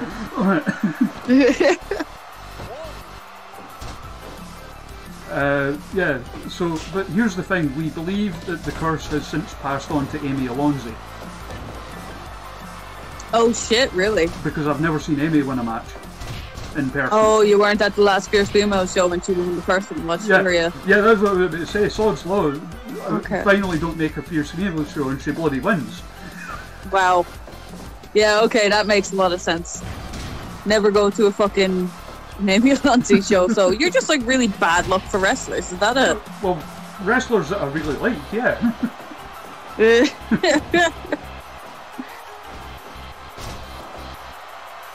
I'm just not gonna get to know you now, so I fucking actually win matches if you're fucking there.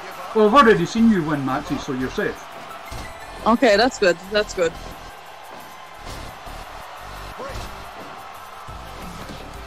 I can't remember what I actually put as your finisher in this, by the way.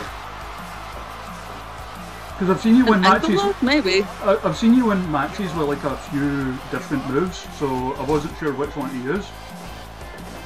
My actual finisher is a backstabber, but I've actually like I haven't won a fuckload in like Fierce Females. Yeah, oh, not just that, but like matches on like YouTube and stuff as well. I mean, Oh god, never watched any of my matches on YouTube. Like 80% of them aren't good. They're all from like they're all from like the shit time of wrestling. I don't know. Like, I watched the one, and I know it's one of your favourite matches with the Professor fellow. Oh yeah, that's really fucking funny actually. Because I watched that one again, like just try to get the moveset down and that, and then this match happens and it's just like you repeatedly hoofing this man in the balls. Yeah, yeah, exactly. How are you gonna put that as my fucking moveset? Like my finisher is just an atomic drop or something. Like, that match was so weird because I showed up to that venue. It was kind of like, it was like you could do any match that you wanted with anybody that was there, and you just whatever. Oh shit! I have a chair. She's gonna fucking die. Right, because I watched an interview once with you, and you were talking about it. You said it was like all matches being done for like promo reel kind of stuff and that, right? Yeah, exactly. Exactly, yeah, that was it. There was no crowd or anything like that. And you could just wrestle anyone there that you thought would be good for a promo reel or to send out to different bookers. And I wasn't really planning on having a match that day. I already had like a show up the country and then came down just to kind of just watch a few matches. Yeah. And so I obviously had my gear and I was like, yeah, why not? Does anyone want to? And like your man John Bernard, I don't think I like met him more than once or twice beforehand. We were just chatting and then we were like, oh yeah, you know, so I'll be a heel and maybe I'll low blow you at the start to get into this part. Oh shit, am I going to win by a count out? Yes, you are. Fuck, that's so lame. Sorry. But yeah, so I just got way too into planning of it. It was like, yeah, let's just make the whole fucking match around kicking you in the dick. It's like, yeah, it's just a fucking stupid concept. Well, you still got a high rating because you knocked lumps at each other. Okay. See, that's what would happen in real life, but no one has the balls to book Jayla Dark versus Raven Creed. It wouldn't be that good in real life. But there was a match, and again, I've mentioned this on stream before. A match I had been wanting to see for ages, and it finally got booked somewhere. And that was Jayla Dark against Addie Starr. And, oh yeah. And like, it didn't get a conclusive finish either because, you know, someone had to come out and interfere. Was that me? It was you, Debbie, and Katie, I think. Yes. Oh fuck! It was Manon Heron, and then shit got completely changed. Yeah. No one's fault; it just got changed. But yeah, our first fucking Fierce Female show, we came out of the stable. Because it was not long after that Katie got hurt, right? Yeah, she broke her both her elbows in like the next OCT show. Believe it or match not, where I was by their the tag way. team partner and Debbie, our other stablemate, was against us. Yeah. So, believe it or not, by the way, you are the first person on this to book Will Ospreay. really? Yeah, Who the fuck hasn't booked Will Ospreay? everyone. Why wouldn't you book Will Ospreay? He's fucking brilliant. Like, no one else has even tried. It's not Really? been a case of like him knocking them back. Like B's been booked, but no him. Why haven't people booked Will Ospreay? I don't know. Also, people will notice that Aleister Black has fairly accurate tattoos now. Fairly accurate? Yeah, fairly accurate. I mean, they're not perfect. Oh, fairly. All right, yeah, he does. That's what I was on about with people being able to make their own bits for the wrestlers.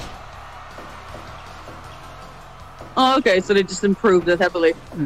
Like people being able to make like people's actual tattoos or ring gear or even like faces in some cases. Yeah, I was gonna say that. Like a few of the cases, like the people's faces are fucking class in this. Like for what? Like I haven't like made any faces. I've tried, but I'm not very good at it. But I've downloaded other people's. So whereas the Ospreay, he's in the game anyway. He was like part of the New Japan DLC. So same. Like, trying to think if there's anyone else you've booked who... I think he's the only one you've booked who's, like, gotten, like, an official thing in the game. Will Ospreay. Because the only official ones are, like, New Japan and Stardom. Oh, really? So they don't have any like WWE ones? No, they're all the rest are like ones that people have made. Oh, that's interesting. It's like So I don't have too many like Japanese, like rostered wrestlers. Like, yeah, like the only sort of non-Japanese wrestlers officially in the game are like the ones in New Japan. You know, like Will or Jay White or Kenny Omega, because he was still there when it came out, and B Priestley, and that's it.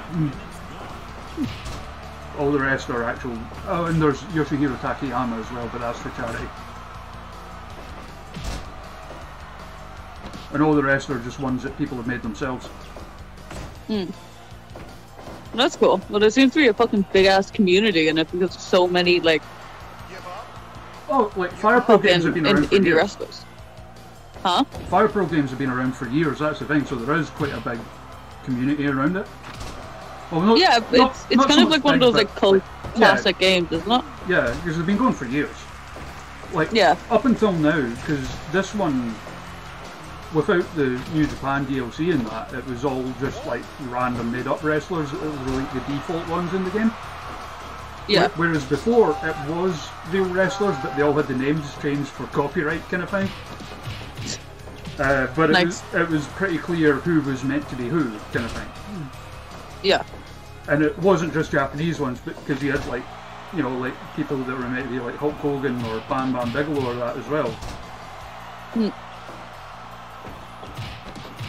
Not joke enthusiast Aleister Black, they're saying in the chat, by the way.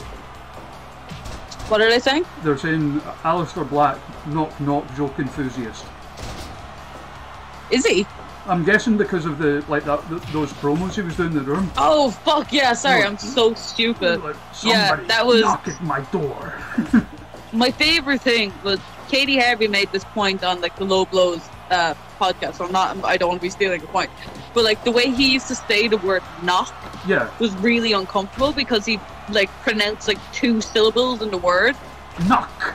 Like knock. And it was just really fucking uncomfortable to listen to.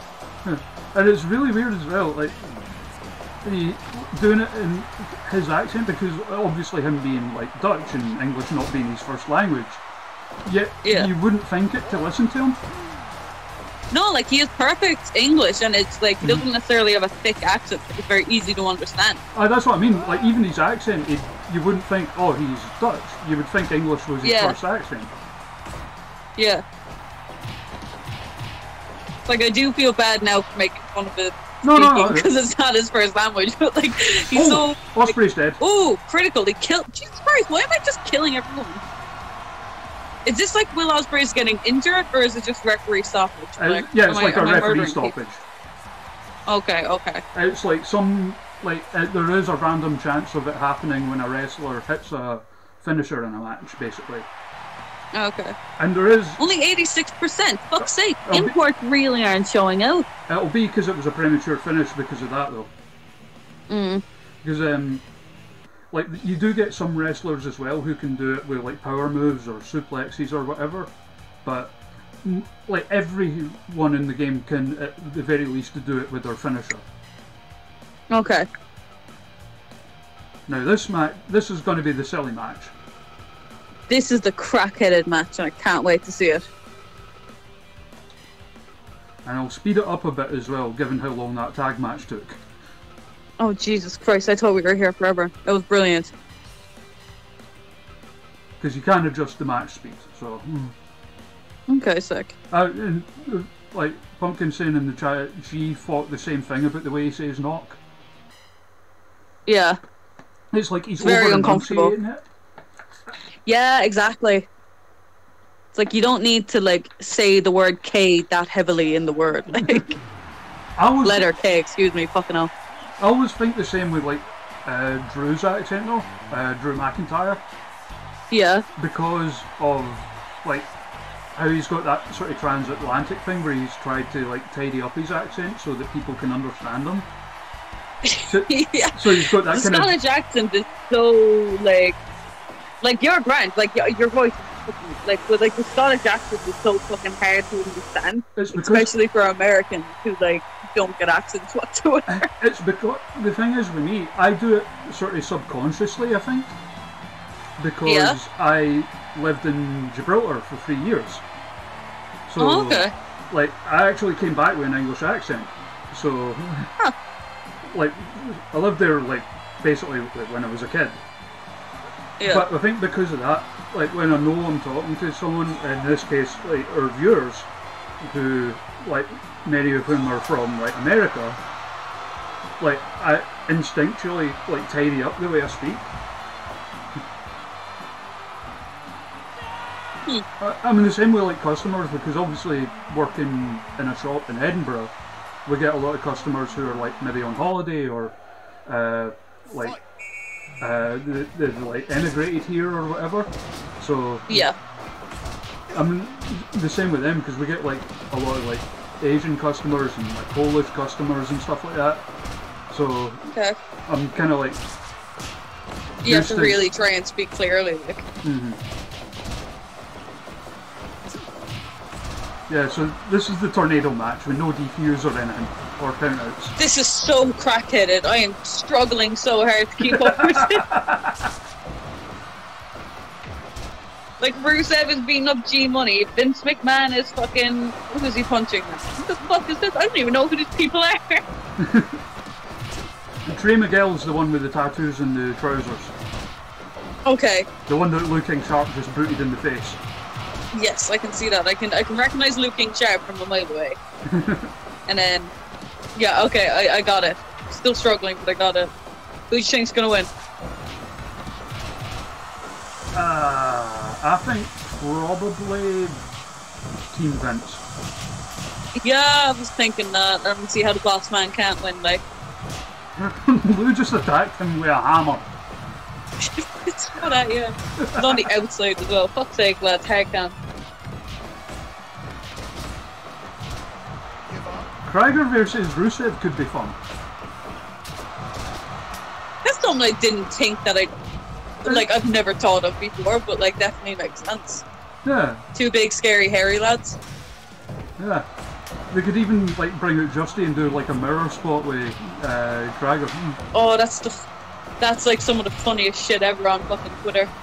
There was a promo Justy did, I think, about a month or so ago. Like, he posted on Twitter, and honestly, like, because I just saw like like the freeze image that it has before you start playing it, and yeah, I didn't pay attention to who had posted it, and I legitimately thought it was Craic at first. They look like weirdly similar, like genuinely, like so, like. Seeing pictures of them next to each other, it's like scary that they're not like related or something.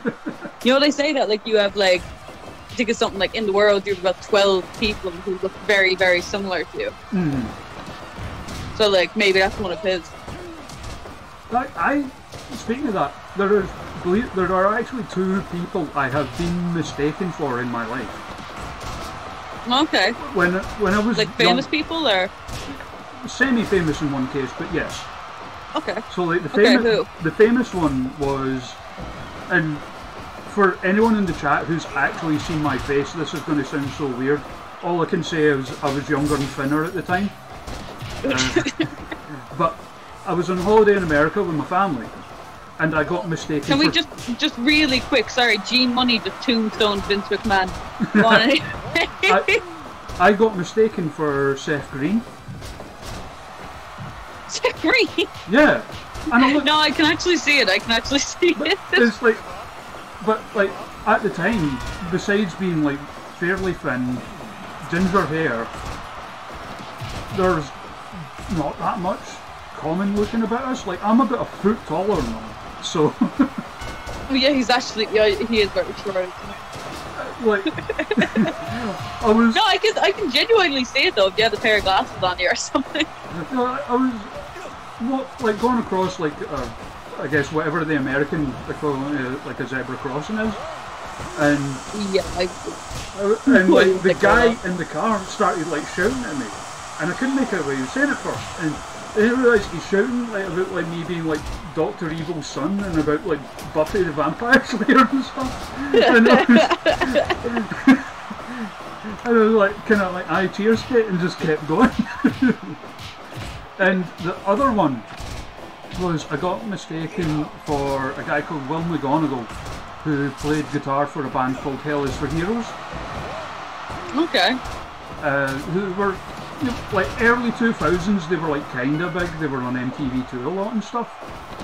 Yeah. And like, but the thing was, this wasn't like, you know, in a city or anything, this was in like Grangemouth, Scotland, which, like, my hometown, which is like this little fucking nothing town, like halfway between Edinburgh and Glasgow. And like, I'm just going round to the shop round the corner, and this guy's like, "Here, mate, are you the guitarist for Hell is for Heroes?" I was like, "Mate, you ain't gonna be in fucking Grangemouth for all this." Right, Rusev is well bust open, by the way.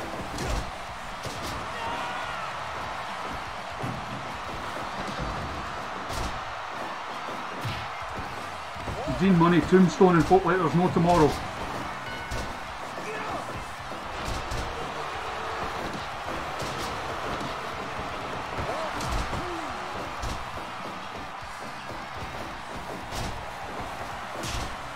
So, Raven, what would your strategy be wrestling Vince McMahon? Where's he gone? Oh! You still there?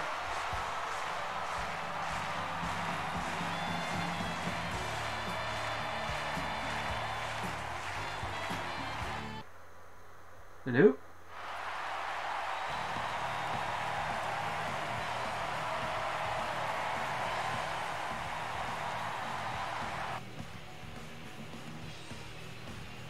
Oh, we got a bit of... That's cut out. So, give me a moment, folks. I'm just going to restart the call. See if that fixes things.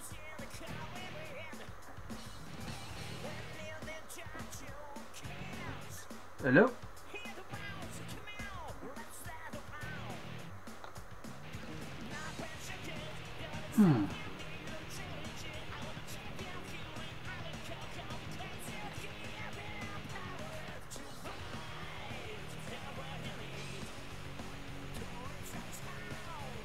Are you there?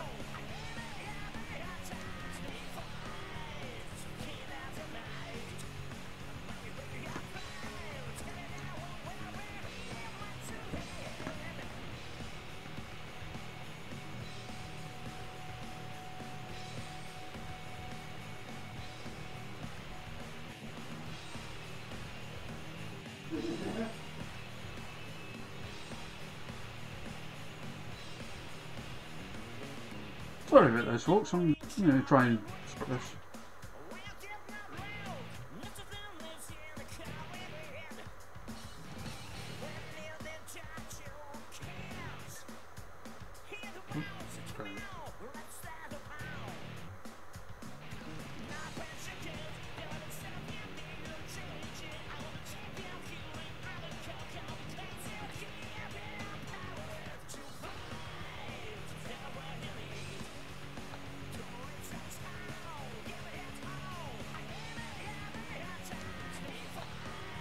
Nope, wrong one. Nope. Hello? Hello?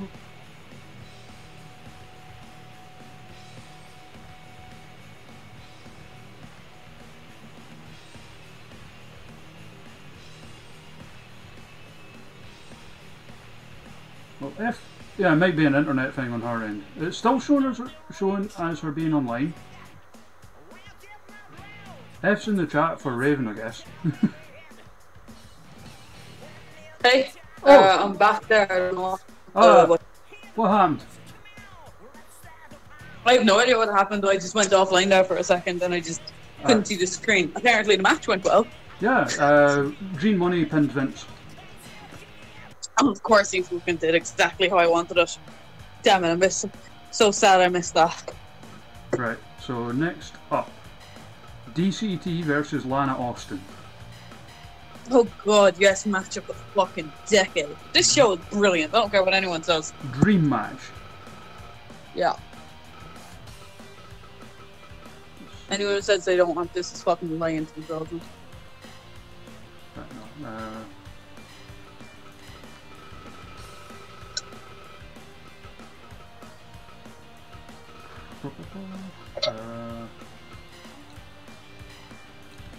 Well, your average match rating so far is 91%.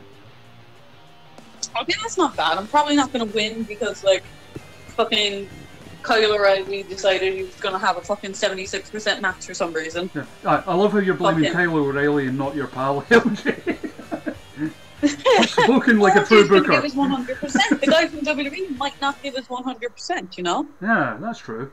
I'm just defending your pals like a true booker. I mean, as your rating right now would put you top 10. You put me top 10? Okay, that's good. How can I go any, like, this match is going to get me it. Well, honestly. Wait, no, I've read that wrong. But if you keep up the rating you have right now, you will at least be 11th place. Okay. Which would put you above Debbie like Keitel. Top 10. Huh? As it stands right now, if you kept that rating till the end, you would be above Debbie Keitel. Okay, that's all I want. Let's just aim to beat Debbie. Let's aim to beat... Fucking... How high was Amy? Amy was like 4th place. What was her percentage? 94.8. Okay, we will aim to beat Debbie because it's an easier goal. You're also above some actual no honest to god like promoters, by the way. Good. Fucking. Who am I above? I've only had 2 promoters do it so far. Those were Michael Green, who is the promoter for a relatively new company based out in New Zealand called Heathen Combat. Okay. And Alan Smith, who's the promoter for Discovery, who you've appeared for.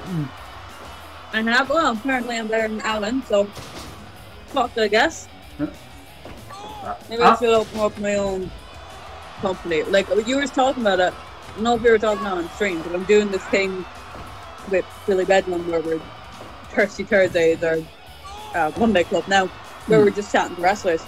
Yeah. And we were joking about me taking over Phoenix or me becoming a booker or owning a fucking promotion. I think it would do fucking terribly personally. Because I would book shit like this in real life and genuinely like book BCT and Lon Austin as the main event in like a Stone Cold Steve Austin The Rock fucking type feud. Like, it would be brilliant. You say that, but I would watch that. Actually, I found out something. I found out what the secret to like being a good wrestler is, or getting over. You just have to be a meme. That's true. Yeah, like Asuka all of a sudden is super over, and it's because she's acting like a meme, you know? Yeah, I mean, I've always loved Asuka anyway, but, you know. Asuka's brilliant, yeah, and everyone's always loved her, but she's like super over, and everyone's saying, oh, she's definitely won Money in the Bank, but because she's a meme, you know? Have you ever watched her YouTube channel? No, I didn't know she had a YouTube channel. Oh, it's so good, by the way. Is it? Is it all in like Japanese, or...? Bits of English and Japanese. And okay, a lot of the Japanese, not all of it, but a lot of it is like subtitled, and you can get what she's going on about from, you know, the context of what's happening. Like there's one where she's got like a stuffed like Kirby toy that like dances about when you put batteries in it. Oh yeah. And she makes this video where like she's like, you know, I'm going to perform the operation now, and puts on like a surgical mask and gloves to put the batteries in and stuff. She's off her head, but in the best possible way. She is a crackhead, in all fucking honesty, like. There's one as well. She's, you know, Kiko Taro, right? Who? Sorry. Kiko Taro. Yeah. So like she's pals with him, and he lives in Las Vegas now. So like he's in a few of them. And there's one where they're in this like an Asian market place, and quite a few of the staff recognise her, and Okay. like she, like her, they come up to her, like get their photos with her and stuff like that. And like all while this is going on, Kikutaru's filming and he's just yelling at them like, "I am husband."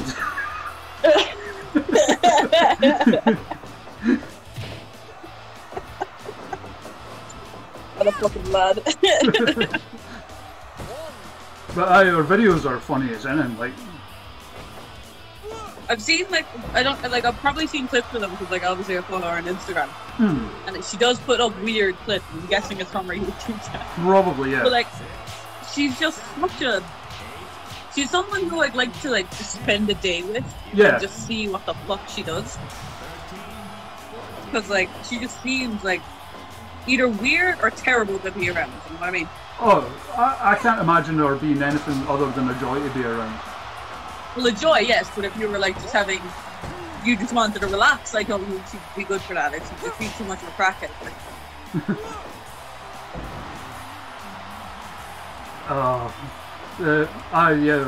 Our videos are like cracking though. I recommend checking them out.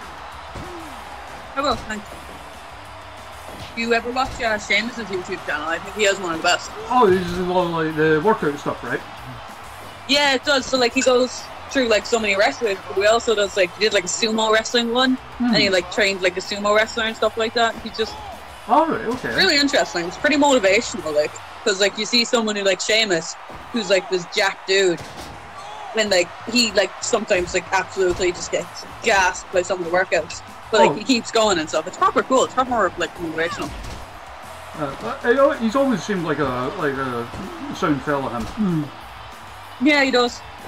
Again, never met him. Like, well, he seems super sound. Like, I still remember, like, I don't know if it would have got shown in Ireland. I mean, it would have in some sense, but like, we used to have a channel here called the Wrestling Channel. Yeah. And they used to show Irish Whip on it. Yeah, we had that in Ireland. Before I was ever watching wrestling, but it was on it. And Irish Whip was like everyone in Irish Whip was like super proud that they had the fucking TV channel. Like, because they used to show like it was back when it was all like him and Drew Galloway and Wade Barrett and that were the. Wade Barrett, yeah. Back when Drew actually sounded Scottish. Huh? Back when Drew actually sounded Scottish. Yeah. He still does take his fuck accent now, though. I actually did wind him up about that to his face once. Like about being fake Scottish or something. Well, kind of like it was when WWE had released him and he came back to ICW. Yeah.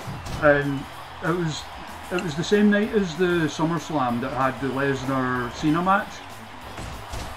Oh yeah. Because like the Sportsters next door to the venue were showing SummerSlam, so everyone just like piled in there afterwards. And at one point I was chatting to him and Jack Jester, and I was saying to Drew, you know, like I won't lie, because at that point he would like play up the Americanisms in his voice, because he was a heel to make it like, oh, I'm too big for Scotland now kind of thing. Yeah, probably if you just came back from the way. And I was like, you know, I've made jokes about it, you know, nothing mean-spirited, just because I know what it's like, you know, because I lived in Gibraltar and came back with an English accent. And, like, the second he heard that, like, Jack Jester went, fuck's sake, I'd rather sound American.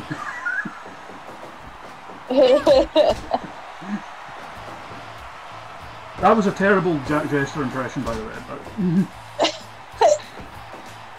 You love an accent. It's okay. I'm pretty shit at accents too. I can't even do my own accent. Like, my mate Jamie can do a really good Jester. It's like my friend Jamie can do a really good Jack Jester. Oh yeah? Because like he used to train at the GPWA, so like spent a lot of time around them. You can do the boom thing really good. Whereas my impression... Whenever I try and do a Scottish accent, I just try and sound like I'm gargling, because I just really struggle with a Scottish accent. I am terrible at impressions. Literally, the only accurate impression I can do is Droopy. Okay, go for it. You remember Droopy the dog, right? Yeah. You Go know on, do it, it. I'm happy. Good shit. Which is startling given my actual accent and being able to do that, but Yeah. I can't even remember how I learned I could do it, but I don't even know why I did that. It's not like you can see me shrug my shoulders, but Like, I always think I have about 4 or 5 different accents in my own voice. So, like, some people say I sound Irish, some people say I sound fucking American, some people say I have some Dublin in me, some people say it's Cork. Like, who the fuck knows anymore? I'm from nowhere. I'm Tommy Wiseau. it's Cork you're from, right? Yeah, it's Cork. Like, I'm the same. Like, my accent is like bits of everywhere because I've got like family from all over Scotland and I've moved around a bit. So Yeah. oh, setting up for the facial. And yes, he does call it the facial. It's funny as fuck to be held with the facial.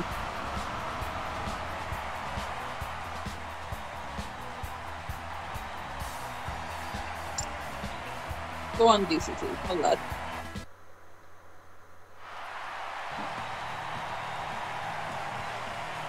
Here's a funny thing actually, that Fierce Female show was going on a bit earlier, like the early one where they crowned the first champion.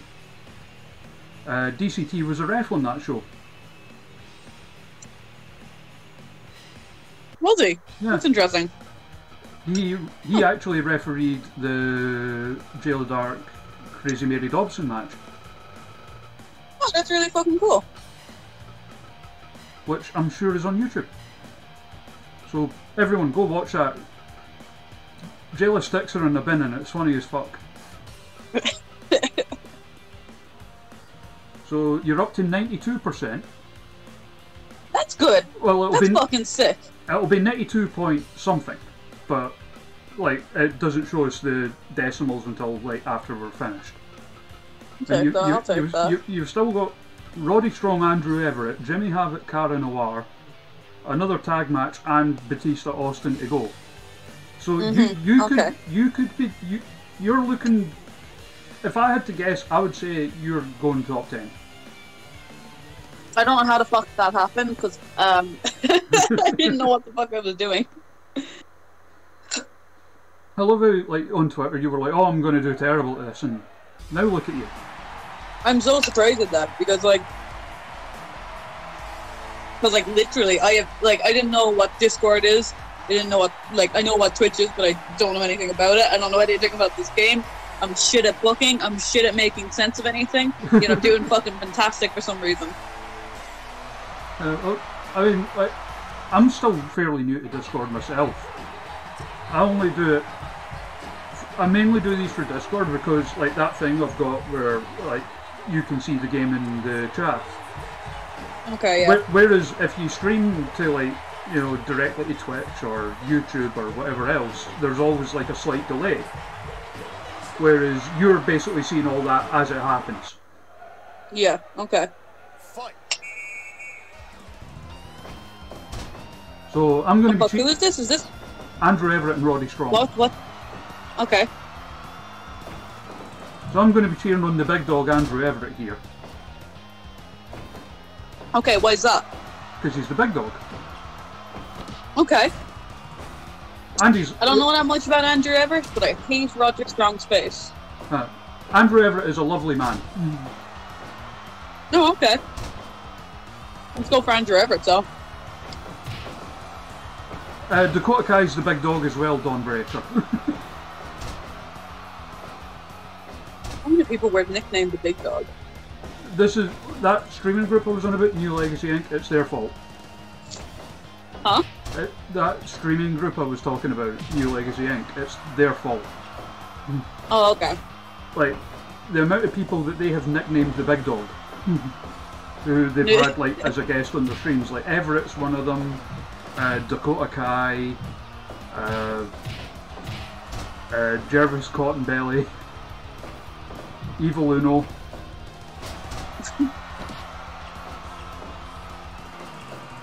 Addie Sark, she's another one, yeah. Oh, apparently Amy's a big dog now as well, yeah. That's fair.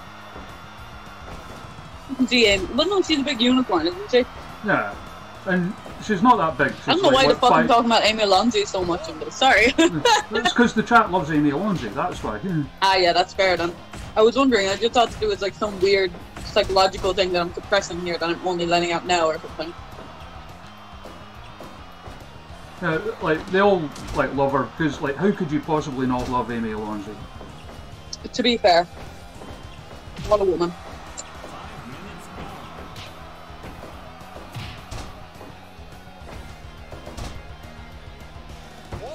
And again, my first exposure to her was Fear Females.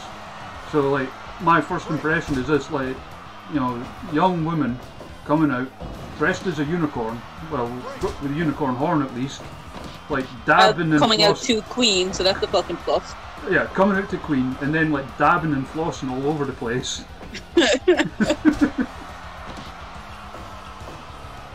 She taught me how to floss, actually. I can't imagine you flossing. Yeah, I know, most people can't. I'm not very good at it, but I do my best, definitely. Like, I can't do anything like that. Goodness knows I have no, like, sense of coordination whatsoever. It's funny, outside of wrestling, like, I don't know how I can do it in wrestling, because, like, outside of it, I have no control of my body whatsoever. I can't dance to save my life. I don't know when my legs are moving and shit like that. So, like, I'm going to tell something that, like, and I don't think I've told the chat this yet, but this is as an example of how clumsy I actually am. I have managed to kick myself in the nuts. I'd like to know how. So, like, I was going to sit cross-legged, and my foot went further than it was supposed to, and basically back-heeled myself in the nuts. How fucking flexible are you? Very. I've got hypermobility. That's very funny. I know it's not funny, but it's fucking hilarious. Oh, I very much so did sell it, Tigray, yeah. And here's the beautiful thing. I say beautiful, I guess, like, funny thing. It's happened more than once. Oh my god, how the fuck do you make that mistake twice? Like? Someone dead? What happened in the match? Everett pinned Roderick Strong with a Falcon Arrow. Oh shit, I looked away for like 2 seconds. That's nice. He did the deal. Okay. Nobody kicks out of the Falcon Arrow. No. So 84%. So that you're still high. You're still at 91. I'm upset that the fucking imports aren't necessarily putting in as much of a shit with the locals. Like, you know, it's always the case, isn't it? Hmm. I don't know why the fucking giving out. They're all fucking pixels. And it's random generated. It's true, you know? Yeah. So next up, what match is this? This is Jimmy Havoc versus Cara Noir, no DQ. This will be great, I hope. I know what theme to go for this. That bit there is just me picking the background music for the match. Okay. Because you can, like, as you've noticed with entrances, you can do all, like, custom music and stuff for it. Question. Mm-hmm. What's with all the girls dancing on the ramp? Okay, so, like, a lot of the arenas in the game are sort of semi-modelled on actual arenas. Okay. Like, there's one that's supposed to be like Madison Square Garden, there's one that's supposed to be like the Tokyo Dome. I can't remember the name of the arena, but this one here is modelled on an arena in Mexico. Yes, I've Maverick, the CMLL arena. Okay. And they generally have dancing women on the ramps, so it's modelled on that. Alright. I would love to make my entrance through a sea of attractive dancing women, to be honest, which is... I have high hopes for this match. still need to fix that bloody alignment on like Cara Noir's face paint. What's wrong? Is it off slightly? Like, the eyes part's slightly off. And when I notice stuff like that, it annoys me. Yeah, I'd say so if you have to watch it for long periods of time. Thank you, Dawnbreaker. It's supposed to be Arena Coliseo in Mexico. That's the one. Oh, okay, cool. Thank. And there's like one that's supposed to be like Hurricane Hall as well. But you don't get entrances in that one, sadly. I like a good old entrance. Who is your favorite entrance of all time? That's a fucking fun question to ask people. Okay, there's a lot. Are you talking like entrance theme or entrance in general?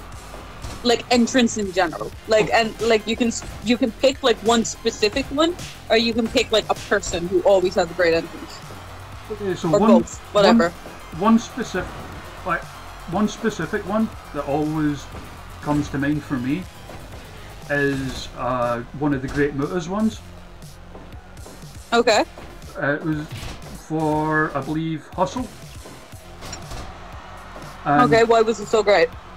Because it started out with like a sort of sidekick underling type coming out, and he had like a lamp with him, like a Aladdin and the Genie kind of lamp.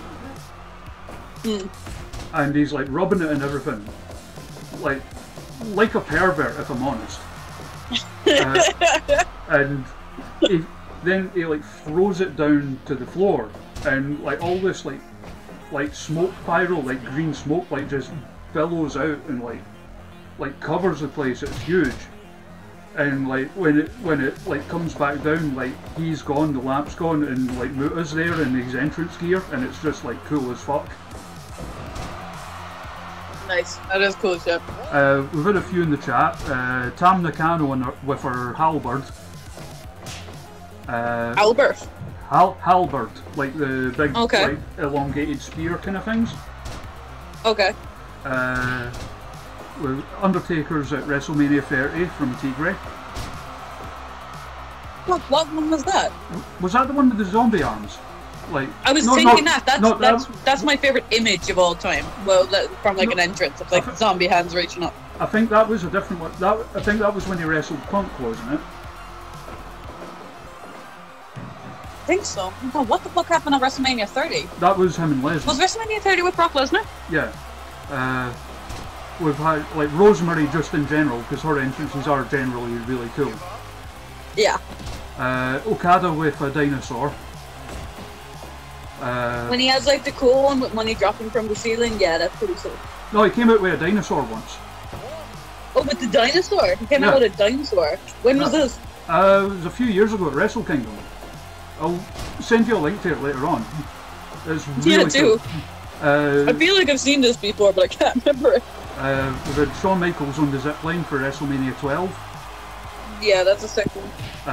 Shinsuke Nakamura with the pole dancers at Wrestle Kingdom 8, I think it was.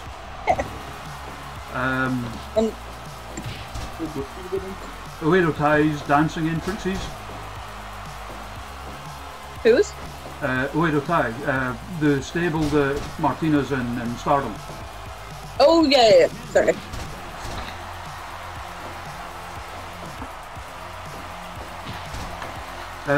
Sting's entrance at WrestleMania 31 from Tigre. Nice. I'm trying to think of other cool ones. I loved the very first Finn Balor one with the paint. Wrestle Kingdom 8, I think it was. Any like Finn Balor entrances with like when he's fucking painted as a demon is fucking sick.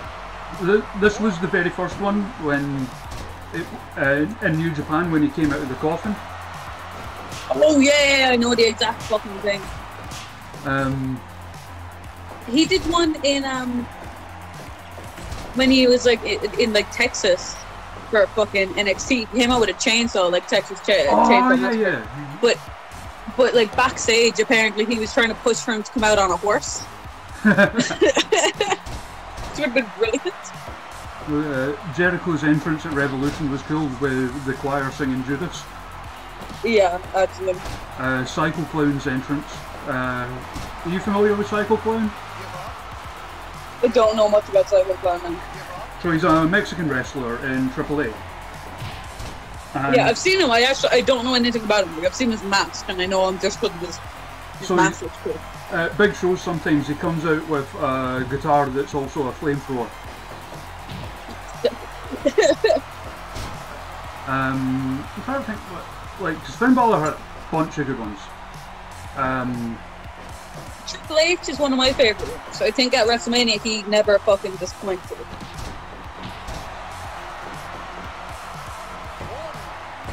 Like, oh, so like you remember how you were saying about like you were going to say everyone's favourite wrestler was overrated? Yeah. I never liked Triple H. You never liked Triple H? Why not? Go on. I don't enjoy his matches most of the time. My favourite match of all time is Triple H, you know. And I'm not even like a massive Triple H fan. Which one? But like Triple H and The Undertaker and Hell in a Cell. My favourite Triple H match is probably either him and Daniel Bryan for WrestleMania 30 or the street fight he had with Cactus Jack. And do you think that you prefer that because of the other person in it? Sorry? Do you think that you prefer those matches because of the other person in it? Or totally. Because like I was always a big Cactus Jack fan. I've always been a big Daniel Bryan fan. So like more invested in the outcome of those matches. Which makes all the difference. Okay. Because like, you know, like I don't want like, and I've said this on the stream many a times, like I don't want to be that fan who, whether I'm at a show or watching a show, is like, you know, like, you know, oh, while it's going on at least, like, oh, they're selling it well, they're working it well, blah blah blah. I want to be into it. Yeah, I get you completely. I'm the same from watching wrestling, like. Yeah, and like Triple H is one of those guys that for whatever reason just never really did that for me. Huh. Interesting. Macho Man Randy Savage, on the other hand, Jeremy, I have always loved. Is he your favourite, or? He's up there. I don't know if I know it sounds like a cop-out, but I don't know if I've got one above all else favourite wrestler. See, I have weird things. Like, I have a favourite wrestler of all time, and then I have, like, my favourite wrestler is now. You know what I mean? My favourite wrestler of all time? Maybe Daniel Bryan, to be honest. Really? That's actually a fucking solid pick. I mean, he's like, and he excels at everything. Like, he can wrestle pretty much every style on earth. And despite what people would say, like when he was first signed into WWE, he's charismatic and hilarious. I think he is now because he spent so much time in WWE, and like no matter what you want to say, like spending that much time in WWE is gonna fucking teach you something. The thing is though, like when I say like charisma, I'm not just talking about like talking. Like he's always had like an innate likability to him. Yeah, definitely. He does have a very likable face, so I'll give him fucking that. Like you see him and you just want to cheer for him. Like Amy Alonso's got it as well. Like there's just like something innately likable about her. And yeah, I agree. It's one of those things that you can't teach or anything like that. It's just it's either there or it's not. Whereas and on the flip side of that, you've got like people who are just absolute natural born heels, like yourself. Yeah. And like thank you. Like Jayla Dark as well is like that. I think just like an absolute natural. Being a baddie, which is why, and again I've mentioned these on stream before, why I always thought her matches with Viper were so good, because Viper's a natural face, so they were like, there was like a perfect dynamic between them. Yeah. I can't think of other amazing entrances. Shotzi Blackheart on the Tank's always amazing. Yeah. Rusev on the 100%. Tank. Fuck yes, I knew it. Rusev knew that on match the would be great. That was just when Rusev came out on the Tank. Oh, that was so cool. Obviously, that's everyone's favorite entrance. How are you not gonna love that?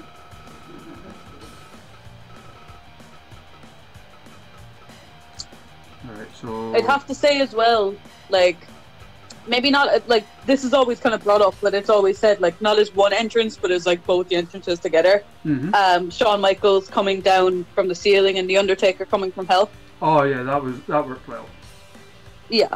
Just because, like, it just worked so fucking perfectly together. Like, by themselves, they were both cool entrances, but together were just cool as shit. Also, Jim in the chat wondering about that finish. It was no DQ, so there was no rope breaks on Jim. Okay. Because like he was questioning it because Jimmy Havoc was very clearly in the ropes. So semi-main event. Did they have many like chairs and shit in that match, or was I just not paying attention? I don't think they really left the ring much, to be honest. For fuck's sake, literally hiring Jimmy Havoc for a fucking hardcore match, and he does that kind of shit. Still gets 100%, but still, I was expecting a chair shot at least.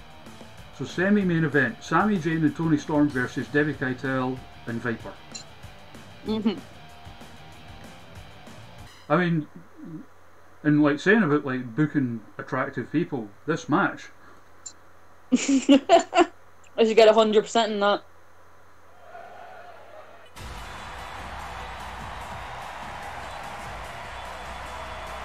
Oh, and it's Sami Zayn's music they're coming out to.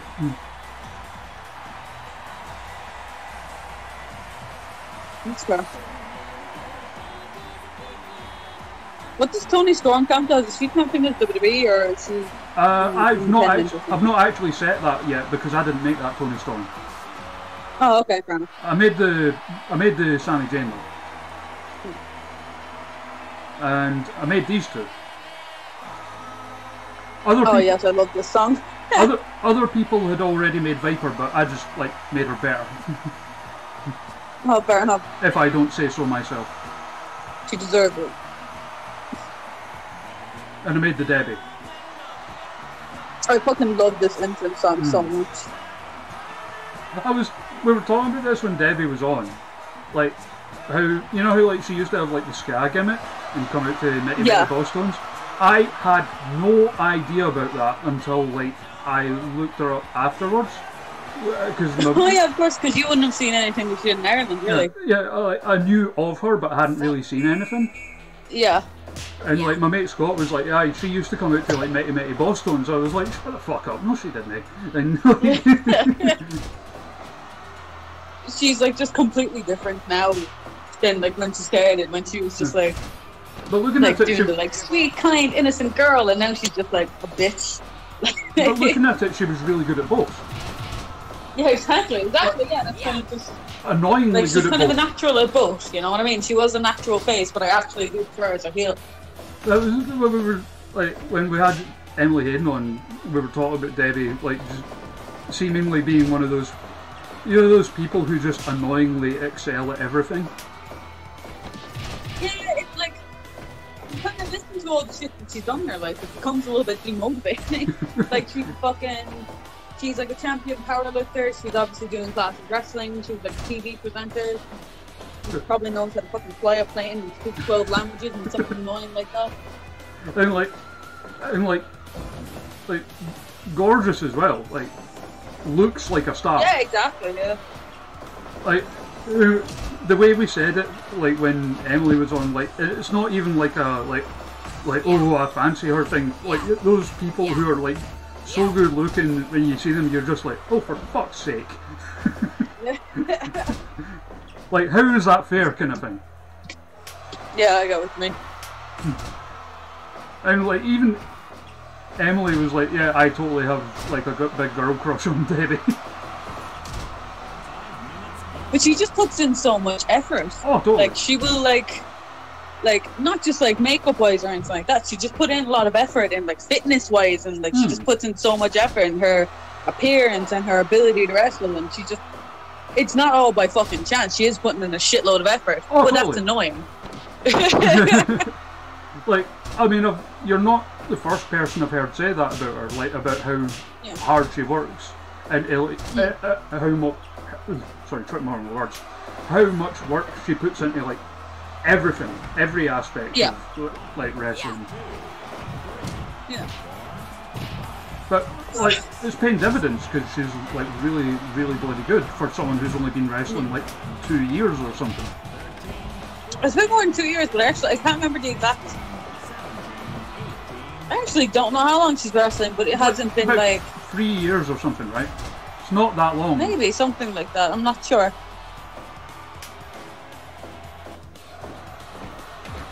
Oh, that's another one. The Hardys' entrance at WrestleMania 33, just for like the reaction more than anything else.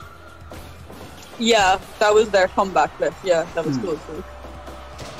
I always love ones with a big reaction.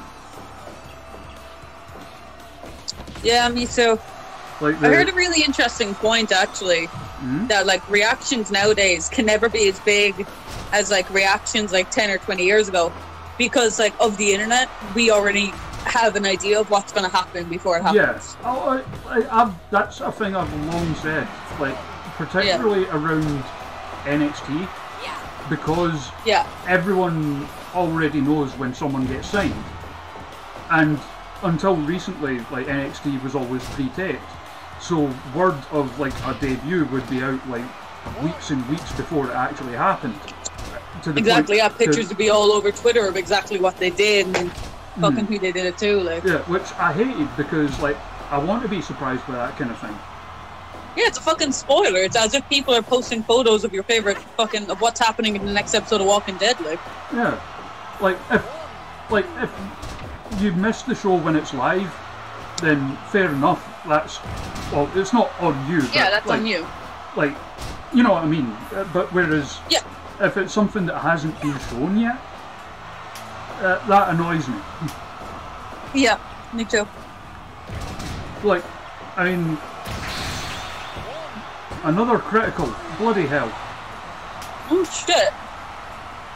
But it was just that you fucking hit the move anyway, so we still got the streak down. Yeah, that generally happens if it happens with a move that automatically goes into a pin. Oh, okay, fair enough. Ah, for fuck's sake, lads. Again, that'll be because it got You can do better than that. You're still at 91. You're still at 91 though, and you've still got Austin Batista to go. Fair enough. If Stone Cold Steve Austin doesn't pull this out of the fucking... In reality, if Stone Cold had a match right now, would you give a fuck how good it is, or would you just want him to do a stunner, like? Yeah, pretty much, yeah. Yeah. So this match has to be 100%, basically. Like, I remember when Chris Jericho debuted for the WWF. Yeah. And, like, obviously when you watch that back, like, there's signs in the crowd and stuff, and so some people obviously knew that it was happening. Yeah. I had no idea. And I already, like, loved Jericho because I was more of a WCW guy back then. Yeah. I was basically a WCW guy until the likes of like him and Eddie Guerrero started joining WWE. Yeah, back when WWE was kind of just starting to get good, I guess. Well, it was good. It was just. Well, no, it was still good, but I mean, like when they just started to get all the class talent, like the indie lads. Like, I was always big on the guys like Jericho, Malenko. Like, I always loved watching WCW for like the cruiserweights and that. Yeah. And like people like Booker T and people like that as well. But yeah, like I genuinely had no idea that like Jericho had even signed for WWF. So I lost my mind. Whereas nowadays you've got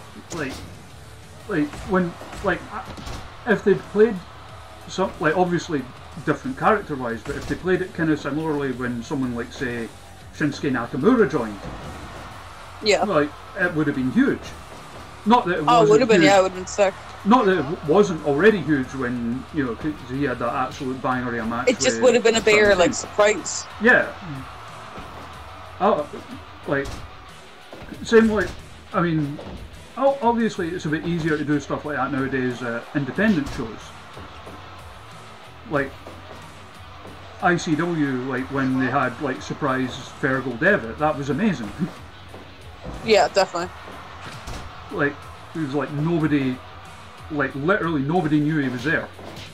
And then like, you know, like Mark Coffey's doing a promo and the lights go out and like Devitt's music hits and he's up on the turnbuckle painted like the Scarlet Spider. That was amazing. Same with like, it was the same the following month when he came out. I mean, I know a lot of the chat have probably seen the photos and stuff when he came out as Darth Maul. Oh yeah, I've been seeing those. They were cool as fuck. I was at that, and like again, he wasn't booked on the show. He just like showed up, kind of. He just showed up, yeah. And like the place lost their minds. And it was like weird because like all three people in that match are now in some capacity or other in WWE. It was like him, Mark Coffey, and Noam Dar. Well, that's weird enough, yeah, they are. Well, I guess like a lot of ICW in Progress kind of just had... Yeah. Especially ICW now, because like every fucking champion in WWE is fucking Scottish. Yeah. But like there's just a lot of people like that kind of went through that. Oh, he fucking hit a stunner. Brilliant. I'm not going to put away Batista that quick though. It's okay, that's good. More chance of the match to be good. Batista's no selling it though, the bitch. What the hell? Oh, he fucking hits him again. Spamming it now. Go on, kick out again. At least get it to a 2.9, Batista. Don't job out his fucking finisher, like. Oh, it's Austin's fault for hitting it too early. Yeah, that's fair. Like, when you make someone in this, it's like quite in depth, as in like you can choose like how late in a match they'll start trying to hit certain moves depending on like how knackered the opponent is. But there is always a chance they'll hit ones too early and stuff. Yeah. Everyone's talking about how freaky legit Austin's head looks in this, by the way. Oh god, it's making me so uncomfortable. It's a different colour to his body. I didn't want to say anything because I thought it'd be weird. Yeah, I think this is the first time I've actually used it since that head got released, so... Okay. It's making me so uncomfortable. I can't believe I got Stone Cold Steve Austin, but I couldn't get Justy. Or Jurgen Simmons. Or Jurgen Simmons, for fuck's sake. You egotistical pricks. They're too good to be on my show.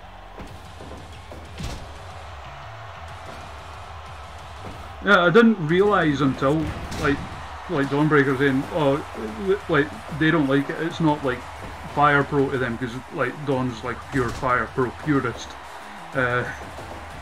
Like, I didn't realise it looked quite like that until now.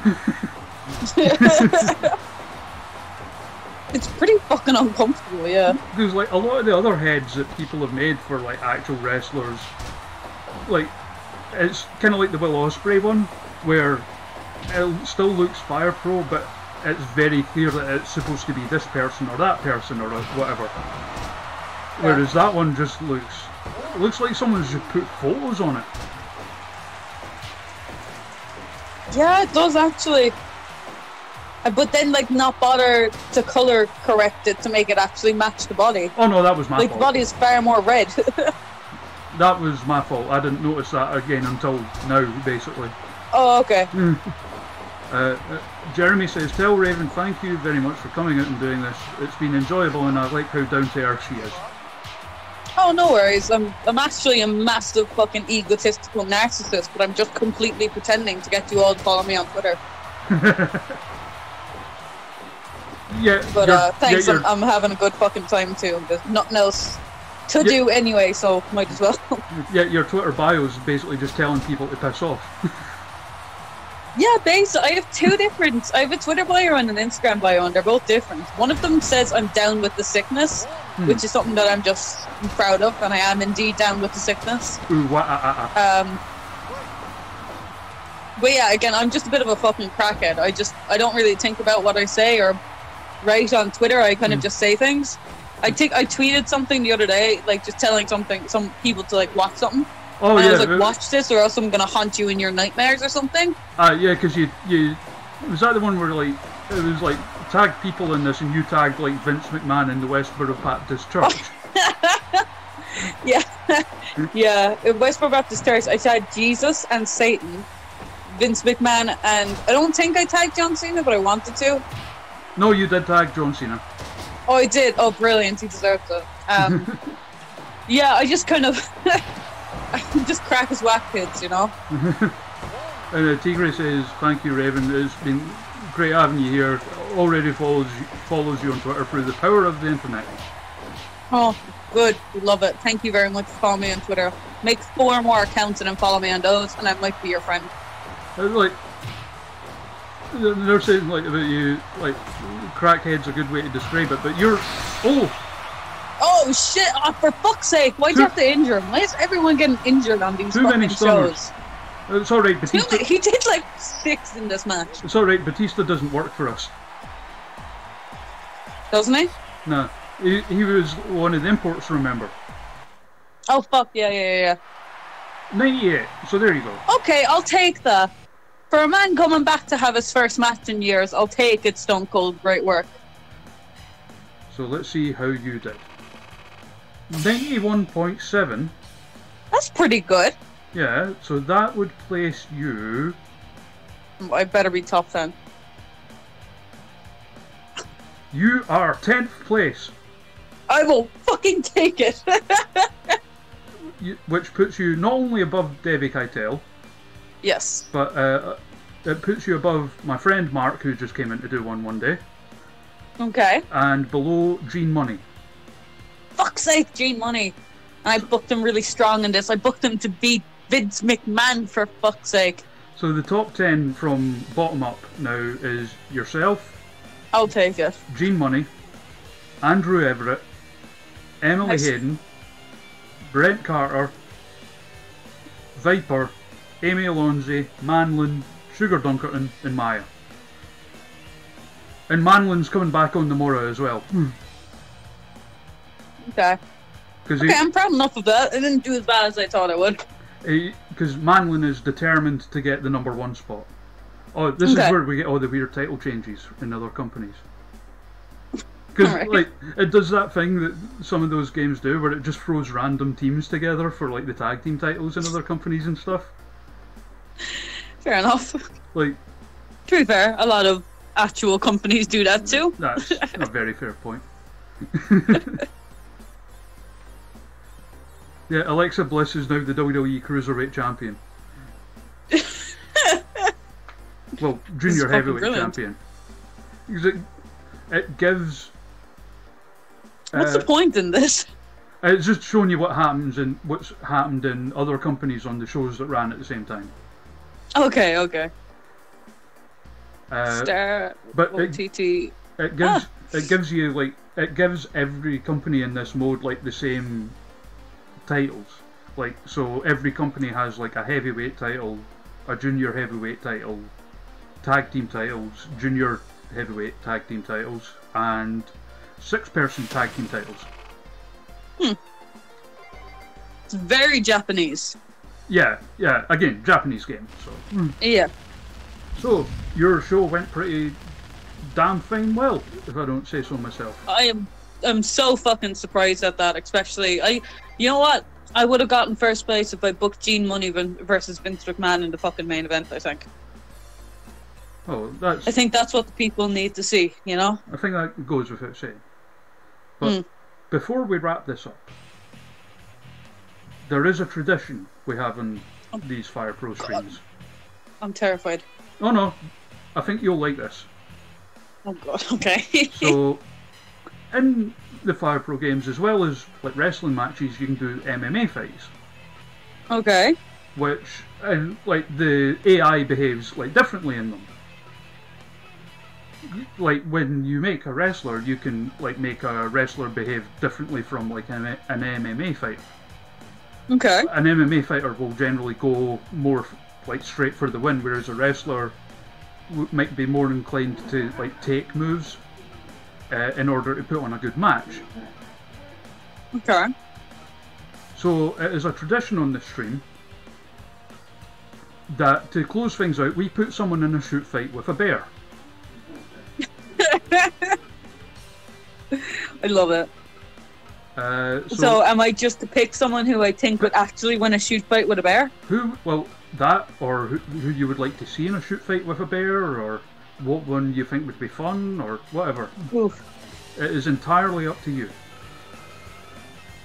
Okay. Just because I want to see him, and he's probably one of my favorite wrestlers, and he also has a bear tattoo himself, so it fits. I'm gonna go Pete Dunne. Can we have Pete Dunne? Well, one of his stablemates has beaten the bear before. Oh, who? Trent Seven? Trent Seven could beat a bear. No, Tyler Bate beat the bear. Okay, that's fair. He's a big, strong boy and all that. Like, he's beaten the bear. Chris Hero beat the bear. Okay, that makes sense. You know, Justy in real life actually wants to fight a bear. Debbie was saying that, and we're like, now that I've made Justy in the game, we're going to like bring her back at one point and have Justy fight a bear. Definitely. So here we go, Pete Dunne versus a bear. Try to think who else. Okay. Try to think who else beat the bear. Effie beat the bear. And there is a joke in there somewhere. I'm not going to go there. Yeah. Okay, do I actually think Pete Dunne could fight a bear or beat a bear? I don't know, but I'm definitely interested in finding out. Jesus. Oh yeah, Aisha Raymond beat the bear. Oh, okay, that's sick. That makes sense. I could see her beating a bear. She knocked out the bear with a headbutt. That's my goal, to be honest with you, to headbutt a bear in real life. Also, Mike Elgin and Max the Impaler beat the bear.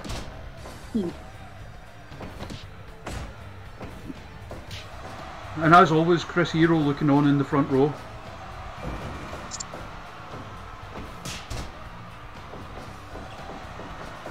Keep an eye out for it, Raven, because there is a guy. Oh, where is he? Where is he? You'll know when you see him. He's got like a black jacket on and a red shirt, and he looks like Chris Hero. Black jacket, red shirt.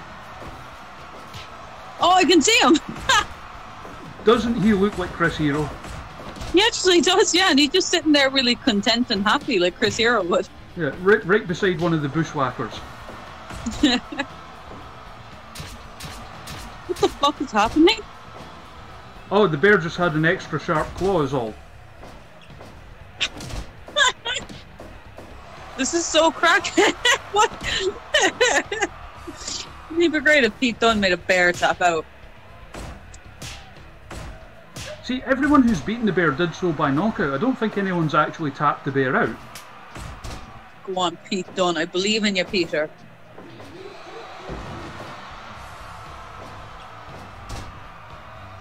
Oh my god, the bear's bleeding now, I think.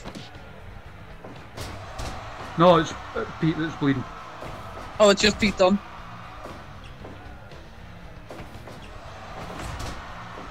Oh, for fuck's sake, Peter. What would your You make me look bad. What would your strategy be if you had to fight a bear? Oh, fucking, I was wondering, I thought someone won. If I had to fight a bear, I'd run down a hill, because bears can't run down hills. Is that actually a thing? Yeah, their legs are too stubby, and they'll like fall into like they'll like fall over basically if you try and run down it. That's not. Now, in this scenario, there is no downhill, but like, you know, I'll still take it. You're not a million miles off of what Debbie Keitel's strategy was. What was it? Hers was to be like to dress up and try and seduce the bear, Bugs Bunny style, and That's then a great idea. and like play a trick on it, but to play a trick on it and then like hit it in the nuts or something and run. I can see that working. The bear just headbutt Pete Dunne in both. Yes. This game has so much crackhead energy in it. I can't believe I've never played it before. Why couldn't I have the bear on my roster? Fucking hell, I would definitely pick that. Because in that mode, we had the bear in the previous save and it was pretty much unbeatable. And would always, like, in that mode, more people beat the bear in a shoot fight than in that mode, weirdly. But the bear wins. Ah, no! I didn't expect much, to be honest with you. I just wanted to see people. That's a fair point. I don't know if you have a PC at home, Raven, but yeah. This game is currently on sale on Steam. Honestly, I might get it. Just because, like, this is so fucking crackhead. Like, what a way to spend. To go out on a high note as well, we're going to... also, if you've got a PS4, it's on that as well. Okay, cool. So, since we want to go on a high note, so this time we'll have the chat pick someone to fight the bear. Okay. Someone that you genuinely think could fight him. We're going real wrestlers on this one, Ivan. Human Tornado. I like it. Okay. Are you familiar with a Human Tornado? Yeah, I know of him. I don't know a lot about him. I think I've said that a lot, this fucking thing. Where the fuck is he? He should be here. The free agents bit. What the fuck?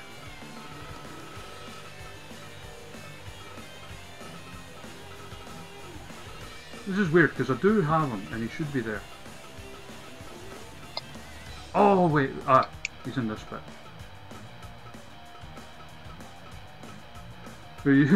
No one want to see Chrissy Rivera fight a bear, all what 4'10" of her or whatever.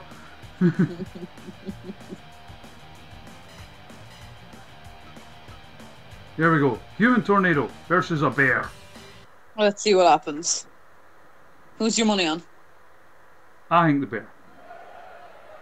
I think it's kind of hard to bet against the bear when you're betting on a real fight. Like. And also when we had the bear in that mode, the bear's matches would generally get lower ratings because he was just steamrolling people. Yeah, that's weird. Like Brock Lesnar's been in every main event, so in like real life. Yeah, my plan originally was like because no one could get the title off the bear. Yeah. So that's a sentence and a half. my plan initially was we were going to bring in like, you know, oh no worries pumpkin.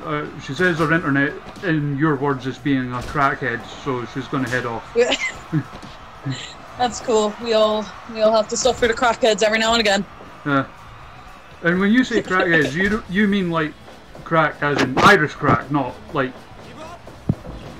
No, I meant crack as in like the drug, a crackhead. That like you're just like if you're acting crazy, you're acting like a crackhead. Like this is a crackheaded match because a bear is fucking fighting the Human Tornado. Like that's pretty crackhead. It's not a bad thing. It's not a negative thing. Yeah. Something is just a crackhead. You know what I mean? Like, has there ever been an Irish? Fucking hell. Sorry, go on. Has there ever been an Irish wrestler with a crack head or crack addict gimmick, but like crack as in Irish crack? And if not, why not? No, but that's a fucking brilliant idea. Should I start calling myself the crackhead, but spell it like in the Irish way? Yeah. CRAIC. Yeah. Or the crackhead Raven Creed. Or oh, please do. I fucking should. There'd be no way I'd be allowed on any fucking on any kid show ever again. Well, just like keep it for like fierce females and stuff like that. Yeah, any over 18 shows. She is the crackhead Raven Creed.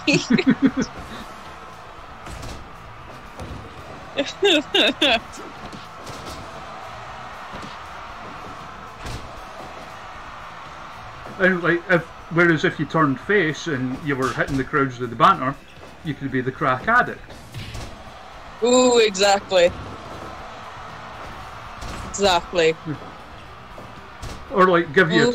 I'm gonna get a T-shirt now. I'm gonna have to like make crackhead T-shirts. And like get like a. You could have a talk show segment and call it like Raven Creed's Crack Den. I stayed in the crack den once. Really? Yeah, probably shouldn't tell that story. Oh. Sorry. But yeah, Raven Creed's crack den sounds like a great idea. I mean, we've all... This is really just opening up my world and my entire gimmick, isn't it? Yeah. This is like when I was trying to get Emily to actually call Amy a toast pervert in a promo all over again. The toast pervert and the crackhead. I'm even going to change your nickname to like the crackhead in the game. Did that bear just bite your man in the face? Yes. What a fucking maneuver. I didn't know that was allowed in MMA.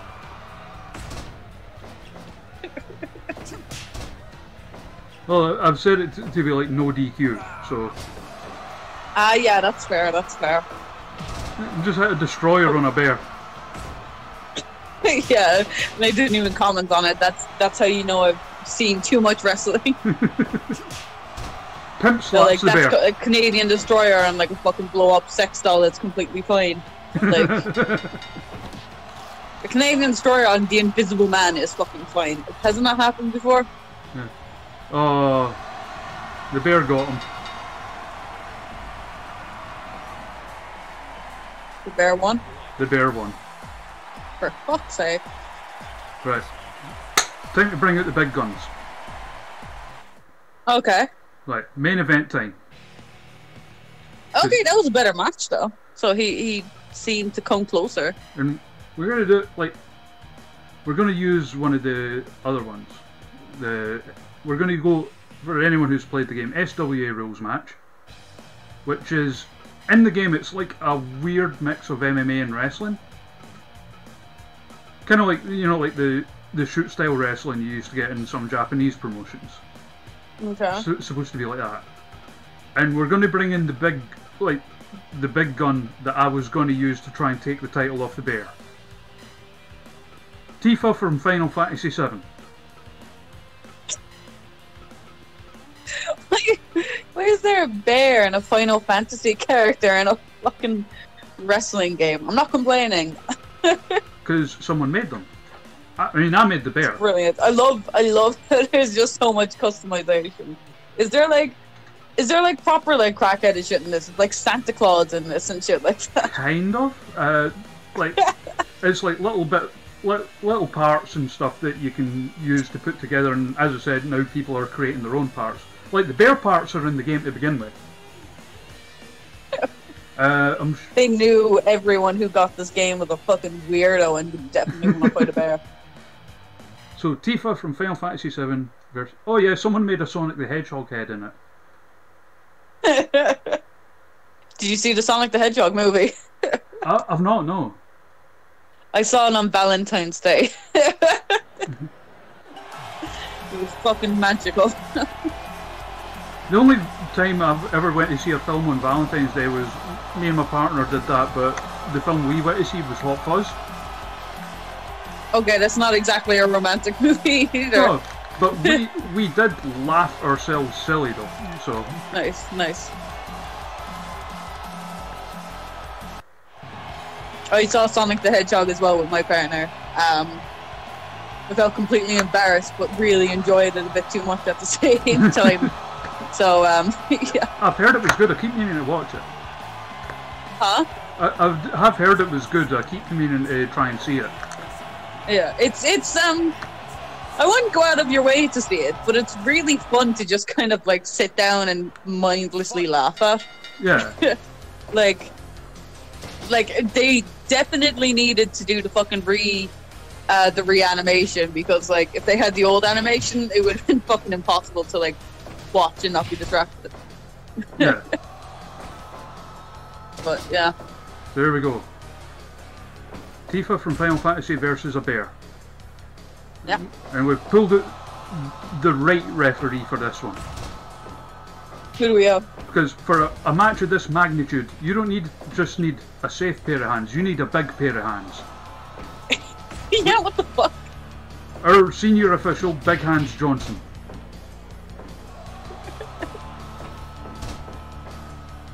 This game is so stupid. Honestly, I literally just thought of the name Big Hands Johnson and just decided I had to have a referee called that. Big Hands Johnson. I like how even the mat is like in the fucking trippy hippie color. So we all know we're on a fucking drug trip with our fucking crackheaded ourselves. Oh no, I designed that. Oh, okay. It's a fucking crackhead design. I love it. Sorry, I can't stop saying the word crackhead. I get words in my head and they just don't go away. So, who have you got your money on here? I don't know. Your one from fucking Final Fantasy VII seems to be doing a fucking fast job. I mean, have you played much Final Fantasy VII? No, I actually haven't. I know how great it is, but I've never played them. I really want to play the remake, but my PS4's acting up. What's the balls? It's like, it's weird. It's like the hard drive's starting to go. So like, if I'm using it to just like sit and watch like, you know, like Netflix or whatever, it's fine. Yeah. But if I try and install like a big game or whatever, it'll be fine for like maybe a day or so. And then I need to do like a factory reset on it. Because it stops working.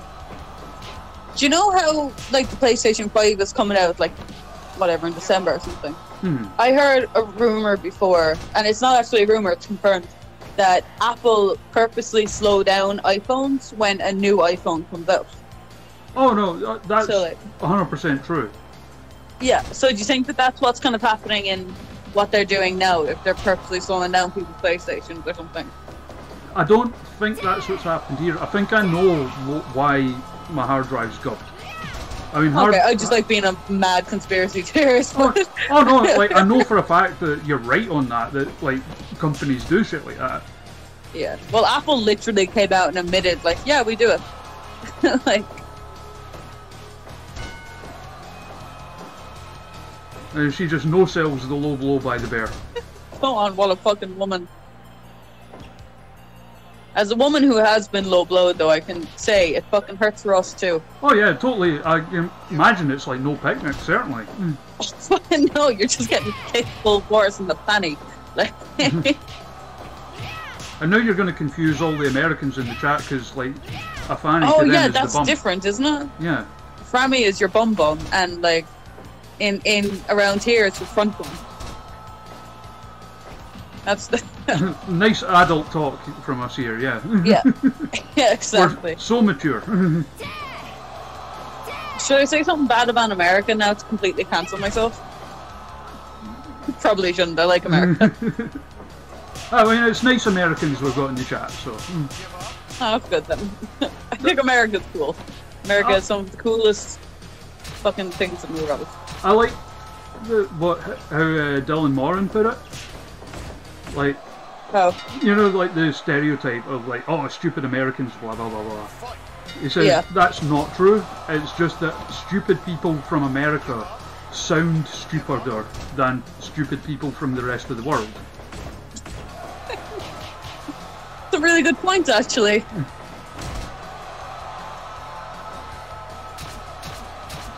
Like the way he put it was like you'll get a news report of some maniac like doing like a mass shooting in America, and you'll have someone like they'll interview some bystander and they'll be like, and then he pulled out his gun and then like he started shooting and then like everyone was just like totally dead.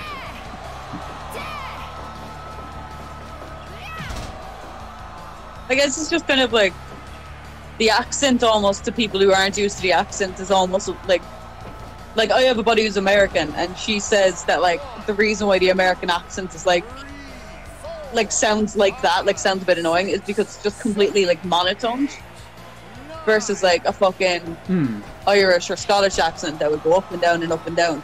Yeah. You know? So like probably to us like, oh my god, she just knocked the fuck out of air. She did. Oh my god, kill him. Sorry. Oh, she's beating his ass. She's murdering him. She's picking him up just to kill him. What the fuck is happening? Bear hug. Oh, sorry, it didn't look like that at all. No.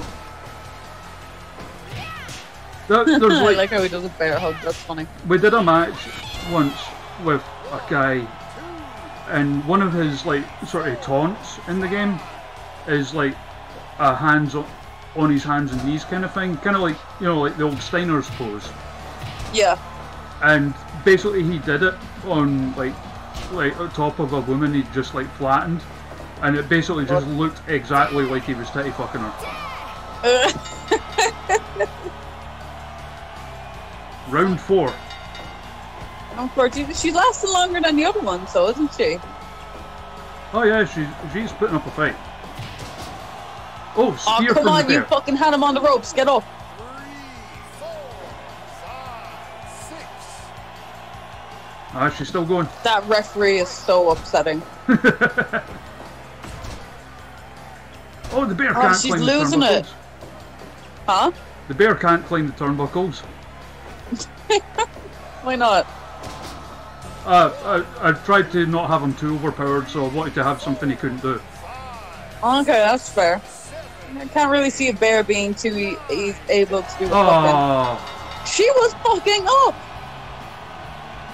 it was like Bullshit, she was out I on her call feet. bullshit.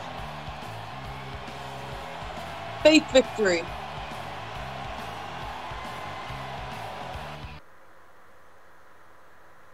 He fucking cheated. Fuck the bear. Alright. I'll tell you who we're bringing out. Because we need this bear stopped.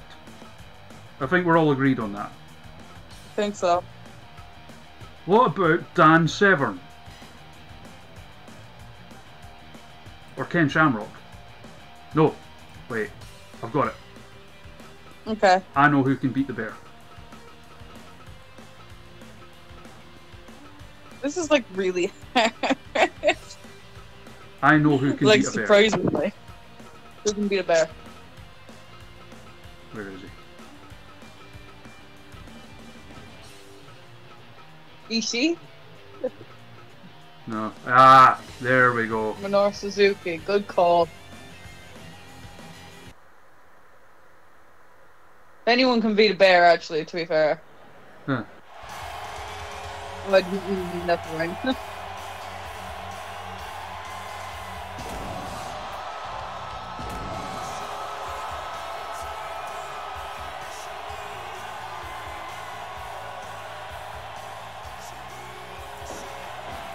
We were talking about like crowd reactions earlier. Yeah. Like, have you seen the entrance he had in like What Culture, where like the crowd absolutely did not shout Kaze ni Nare? Yeah. It's the most aggravating thing I've ever seen in my life. That was during the fucking World Cup thing, wasn't it? No, it was before that, I think. Was it? It was him What? against Joe Coffey. Jesus Christ, remember when What Culture used to be like one of the best promotions ever? This is him, like, do you remember 1PW? Like some of the names they used to get in? 1PW? Yeah. Like who? Who's big in it? They had like AJ Styles and Daniel Bryan and stuff. Yeah. Abyss. Chris Hero, I'm sure. It's like almost any big independent name that went on to either be like huge or WWE or whatever appeared there. Yeah. Like true. obviously UK people like like Spud and Pac and all that were there as well.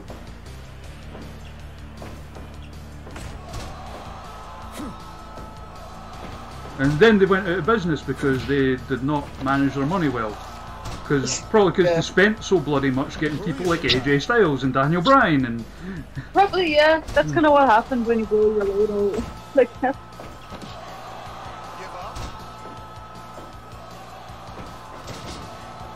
don't like... For those kind of reasons, it's like... overbooking shows and like... I don't think that I could ever actually run a promotion. Because like I definitely would just get excited and be like, yeah, let's just book Zack Sabre Jr. for like no reason in front of 100 people, like. Yeah, you're right, Henry. 1PW should have hired a bear. They fucking should have. If they made the bear the main champion, they'd still be running, in my opinion. We're trying. I've been considering trying to make a promotion in this that's just nothing but bears. but the bears are all like You like the Care Bears and shit. no, but like all the bears would be like parodies of real wrestlers. So we could have like a bear dressed as Shawn Michaels or whatever. That's actually very funny. It's a stupid idea, but I love it. But, like, who's better to be? Who would be the bear? Obviously, the bear Shawn Michaels. Well, Like, I mean, I keep at it. 90% of the ideas I have in this game are very stupid. So, Yeah. like, I made a bunch of German wrestlers as Okay. like it's supposed to be like a German parody of the Elite, and they're called the Deutsch Marks. That's stupid. It's very stupid, but then most of my ideas I are. love it. Yeah, no, I love it. We've got a To be Norwegian. fair, this entire game is pretty stupid. Like, I've got a German black metal tag team called Dansk Macabre. nice.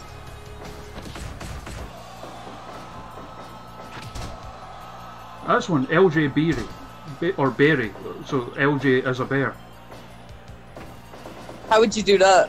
Oh, it'd need to be like kind of like small and cutesy and flippy, right? So Yeah. maybe, like you said, maybe make him like a Care Bear. True. Beartista. Baratista, that's pretty good.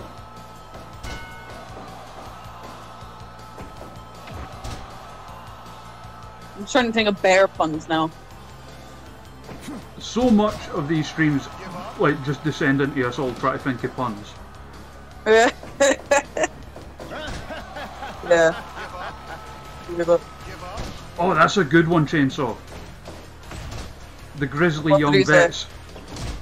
Oh shit! Oh, I'm annoyed I didn't think of that. Bearaplane Spin. Nice work. So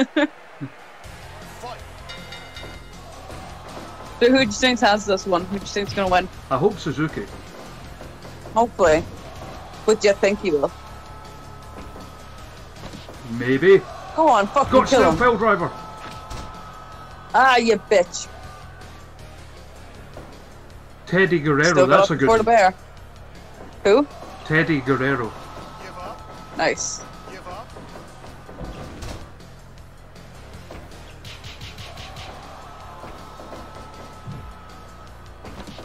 I love it, and like, because it's Minoru Suzuki from the New Japan DLC, it's got actual Minoru Suzuki audio things, like it's actually his voice. Oh, is it actually? I was wondering, because I was thinking that it was like a pretty good fucking like voice actor or something. Like, look, that Most, looks so fucking weird that like him putting the fucking submission on the bear. It's like inside the bear.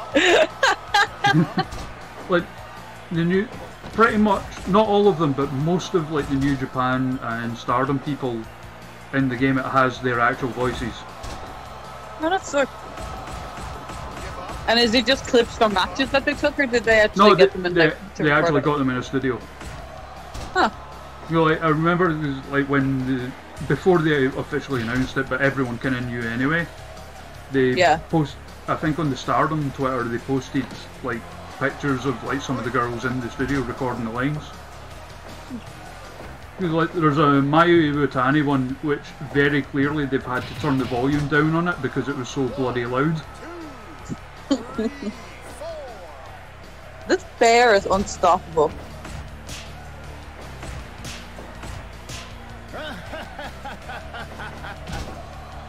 Maybe not.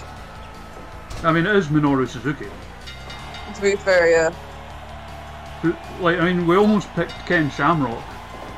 When Ken Shamrock was in his prime as an MMA fighter, Minoru Suzuki battered him 3 times. Yeah, like I wouldn't want to fuck with him, to be honest with you. Minoru Suzuki.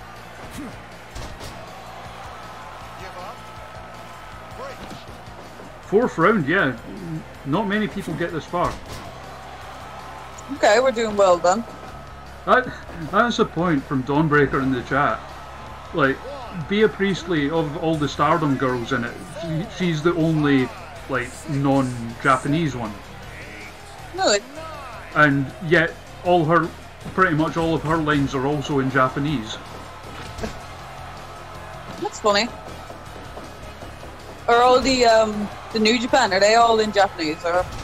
All of the, not like Kenny Omega and all that, theirs are all in English. Oh, okay. But all the actual Japanese people, all theirs is in Japanese. Yeah. Huh. Like, it was a Japanese game, so it kind of makes sense. Because like Osprey, Omega, Rocky Romero,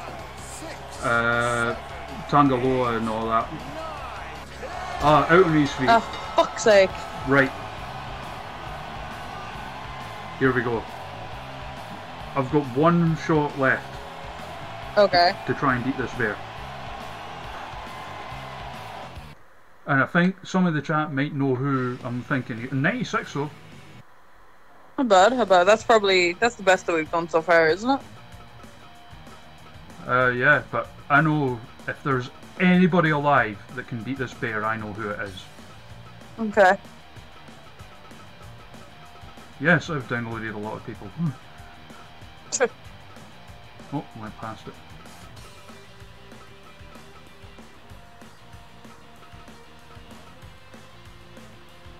Haku? Oh, well, wait. Oh yeah, we were fucking talking about him earlier. We'll go one further. We'll go Meng, because he's got cooler hair. Okay. Which is basically Haku with a different name.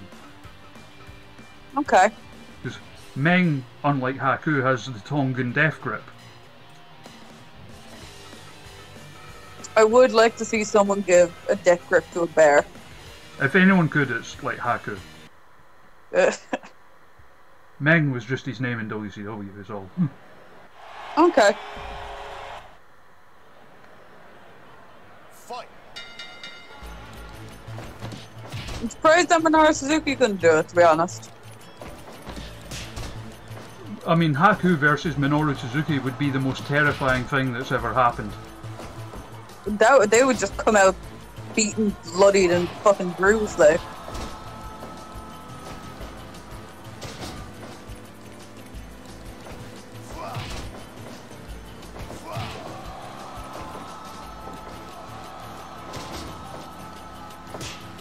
Can Haku do it? Hello, Ironclad. New person here. Hello. Hi, how are you? We're all crackheads in this household.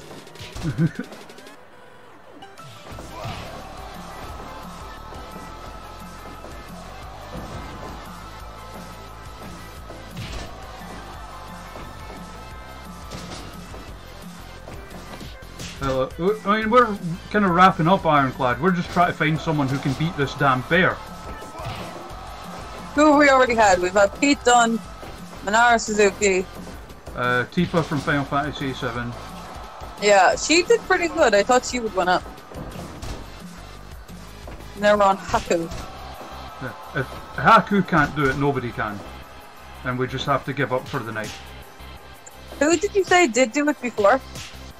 Chris Hero, Tyler Bate, Lisa Raymond? Alicia Raymond, and for some reason Brad Armstrong, Okay.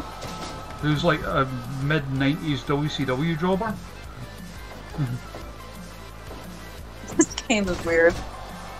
They also didn't let me book Justy and let me book fucking Stone Cold Steve Austin, so what the fuck is this game now?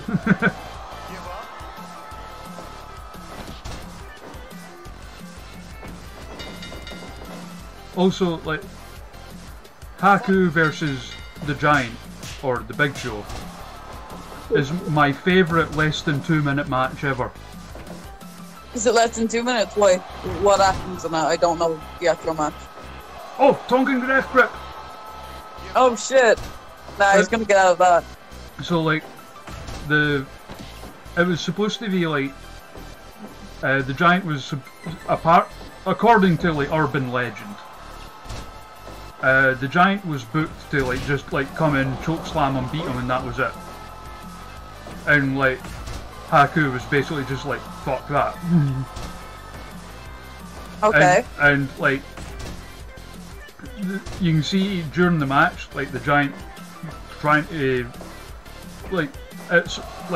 try to get him to play ball, and Haku's just like having none of it. Okay. Like, What happens? I mean, Haku's problem wasn't with losing. He just didn't want to lose without like putting up a fight. Yeah, okay, that's fair. So like, Shit, he just stabbed him in the face. Sorry. so like, at one point in watching, you can tell like the difference, like between like. So basically, Big Show at one point punches him full force in the head. And Haku doesn't like sell it. No, he's like just like come on then. And usually something like that would make a match kind of like awkward or whatever. But it's like seeing, especially when you're younger, seeing someone like taking like, like someone like the Big Show's like best shot and just standing there like, come on then, is like. Well, yeah, like, definitely would you want to cheer the guy, but like, I guess that wasn't necessarily the point of the match. Yeah, we're like. Well. Again, it all happens in like less than 2 minutes. Well, eventually. So I'm guessing the Big Show or the fucking giant still goes open. Yeah? Oh yeah, and the finish actually works really well and looks really cool. Okay. Like all that happens is like Haku tries to put on the Tongan Death Grip, and like the Big Show at the same time goes for a choke slam. And like because obviously his arms are longer, he manages to get the choke slam in and get the pin. Oh, that should make sense.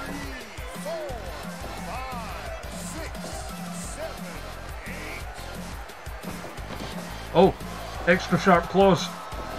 Whoop. Just stab him again. But a bear can't climb the turnbuckles. Don't be silly. That would just be foolish. My God. Nothing else in this entire live stream has been stupid at all. It's all made sense and it's all been clever. All my booking decisions were completely thought out. All my bear matches completely thought out.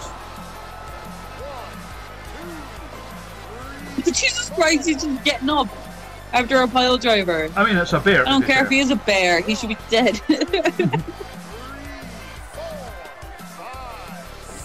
Come on, Haku. Oh. Oh, shit. Well, folks, I guess the bear is fucking unbeatable, man. Yeah, the bear's back on top because the bear went through a rough patch of actually losing a few matches, but he's back on top now. Yeah, man. Oh well. I mean, we wanted to send people away with, a big fun time match where someone stands up to the bear and gets a win. But it was. But sometimes in life we don't win. Sometimes in life we just don't get what we want. Sometimes in life the bear just does eat your face. Mm-hmm. And how fitting is it that in the version of Raven Creed booking, it ends in a massive disappointment. Well, with that, I would like to thank you for coming on and joining us. It's been a good laugh. Thank you for having me. I've fair enjoyed this. So before we go, where can people find you on the internet? You can find me on Twitter and Instagram at RavenCreed_.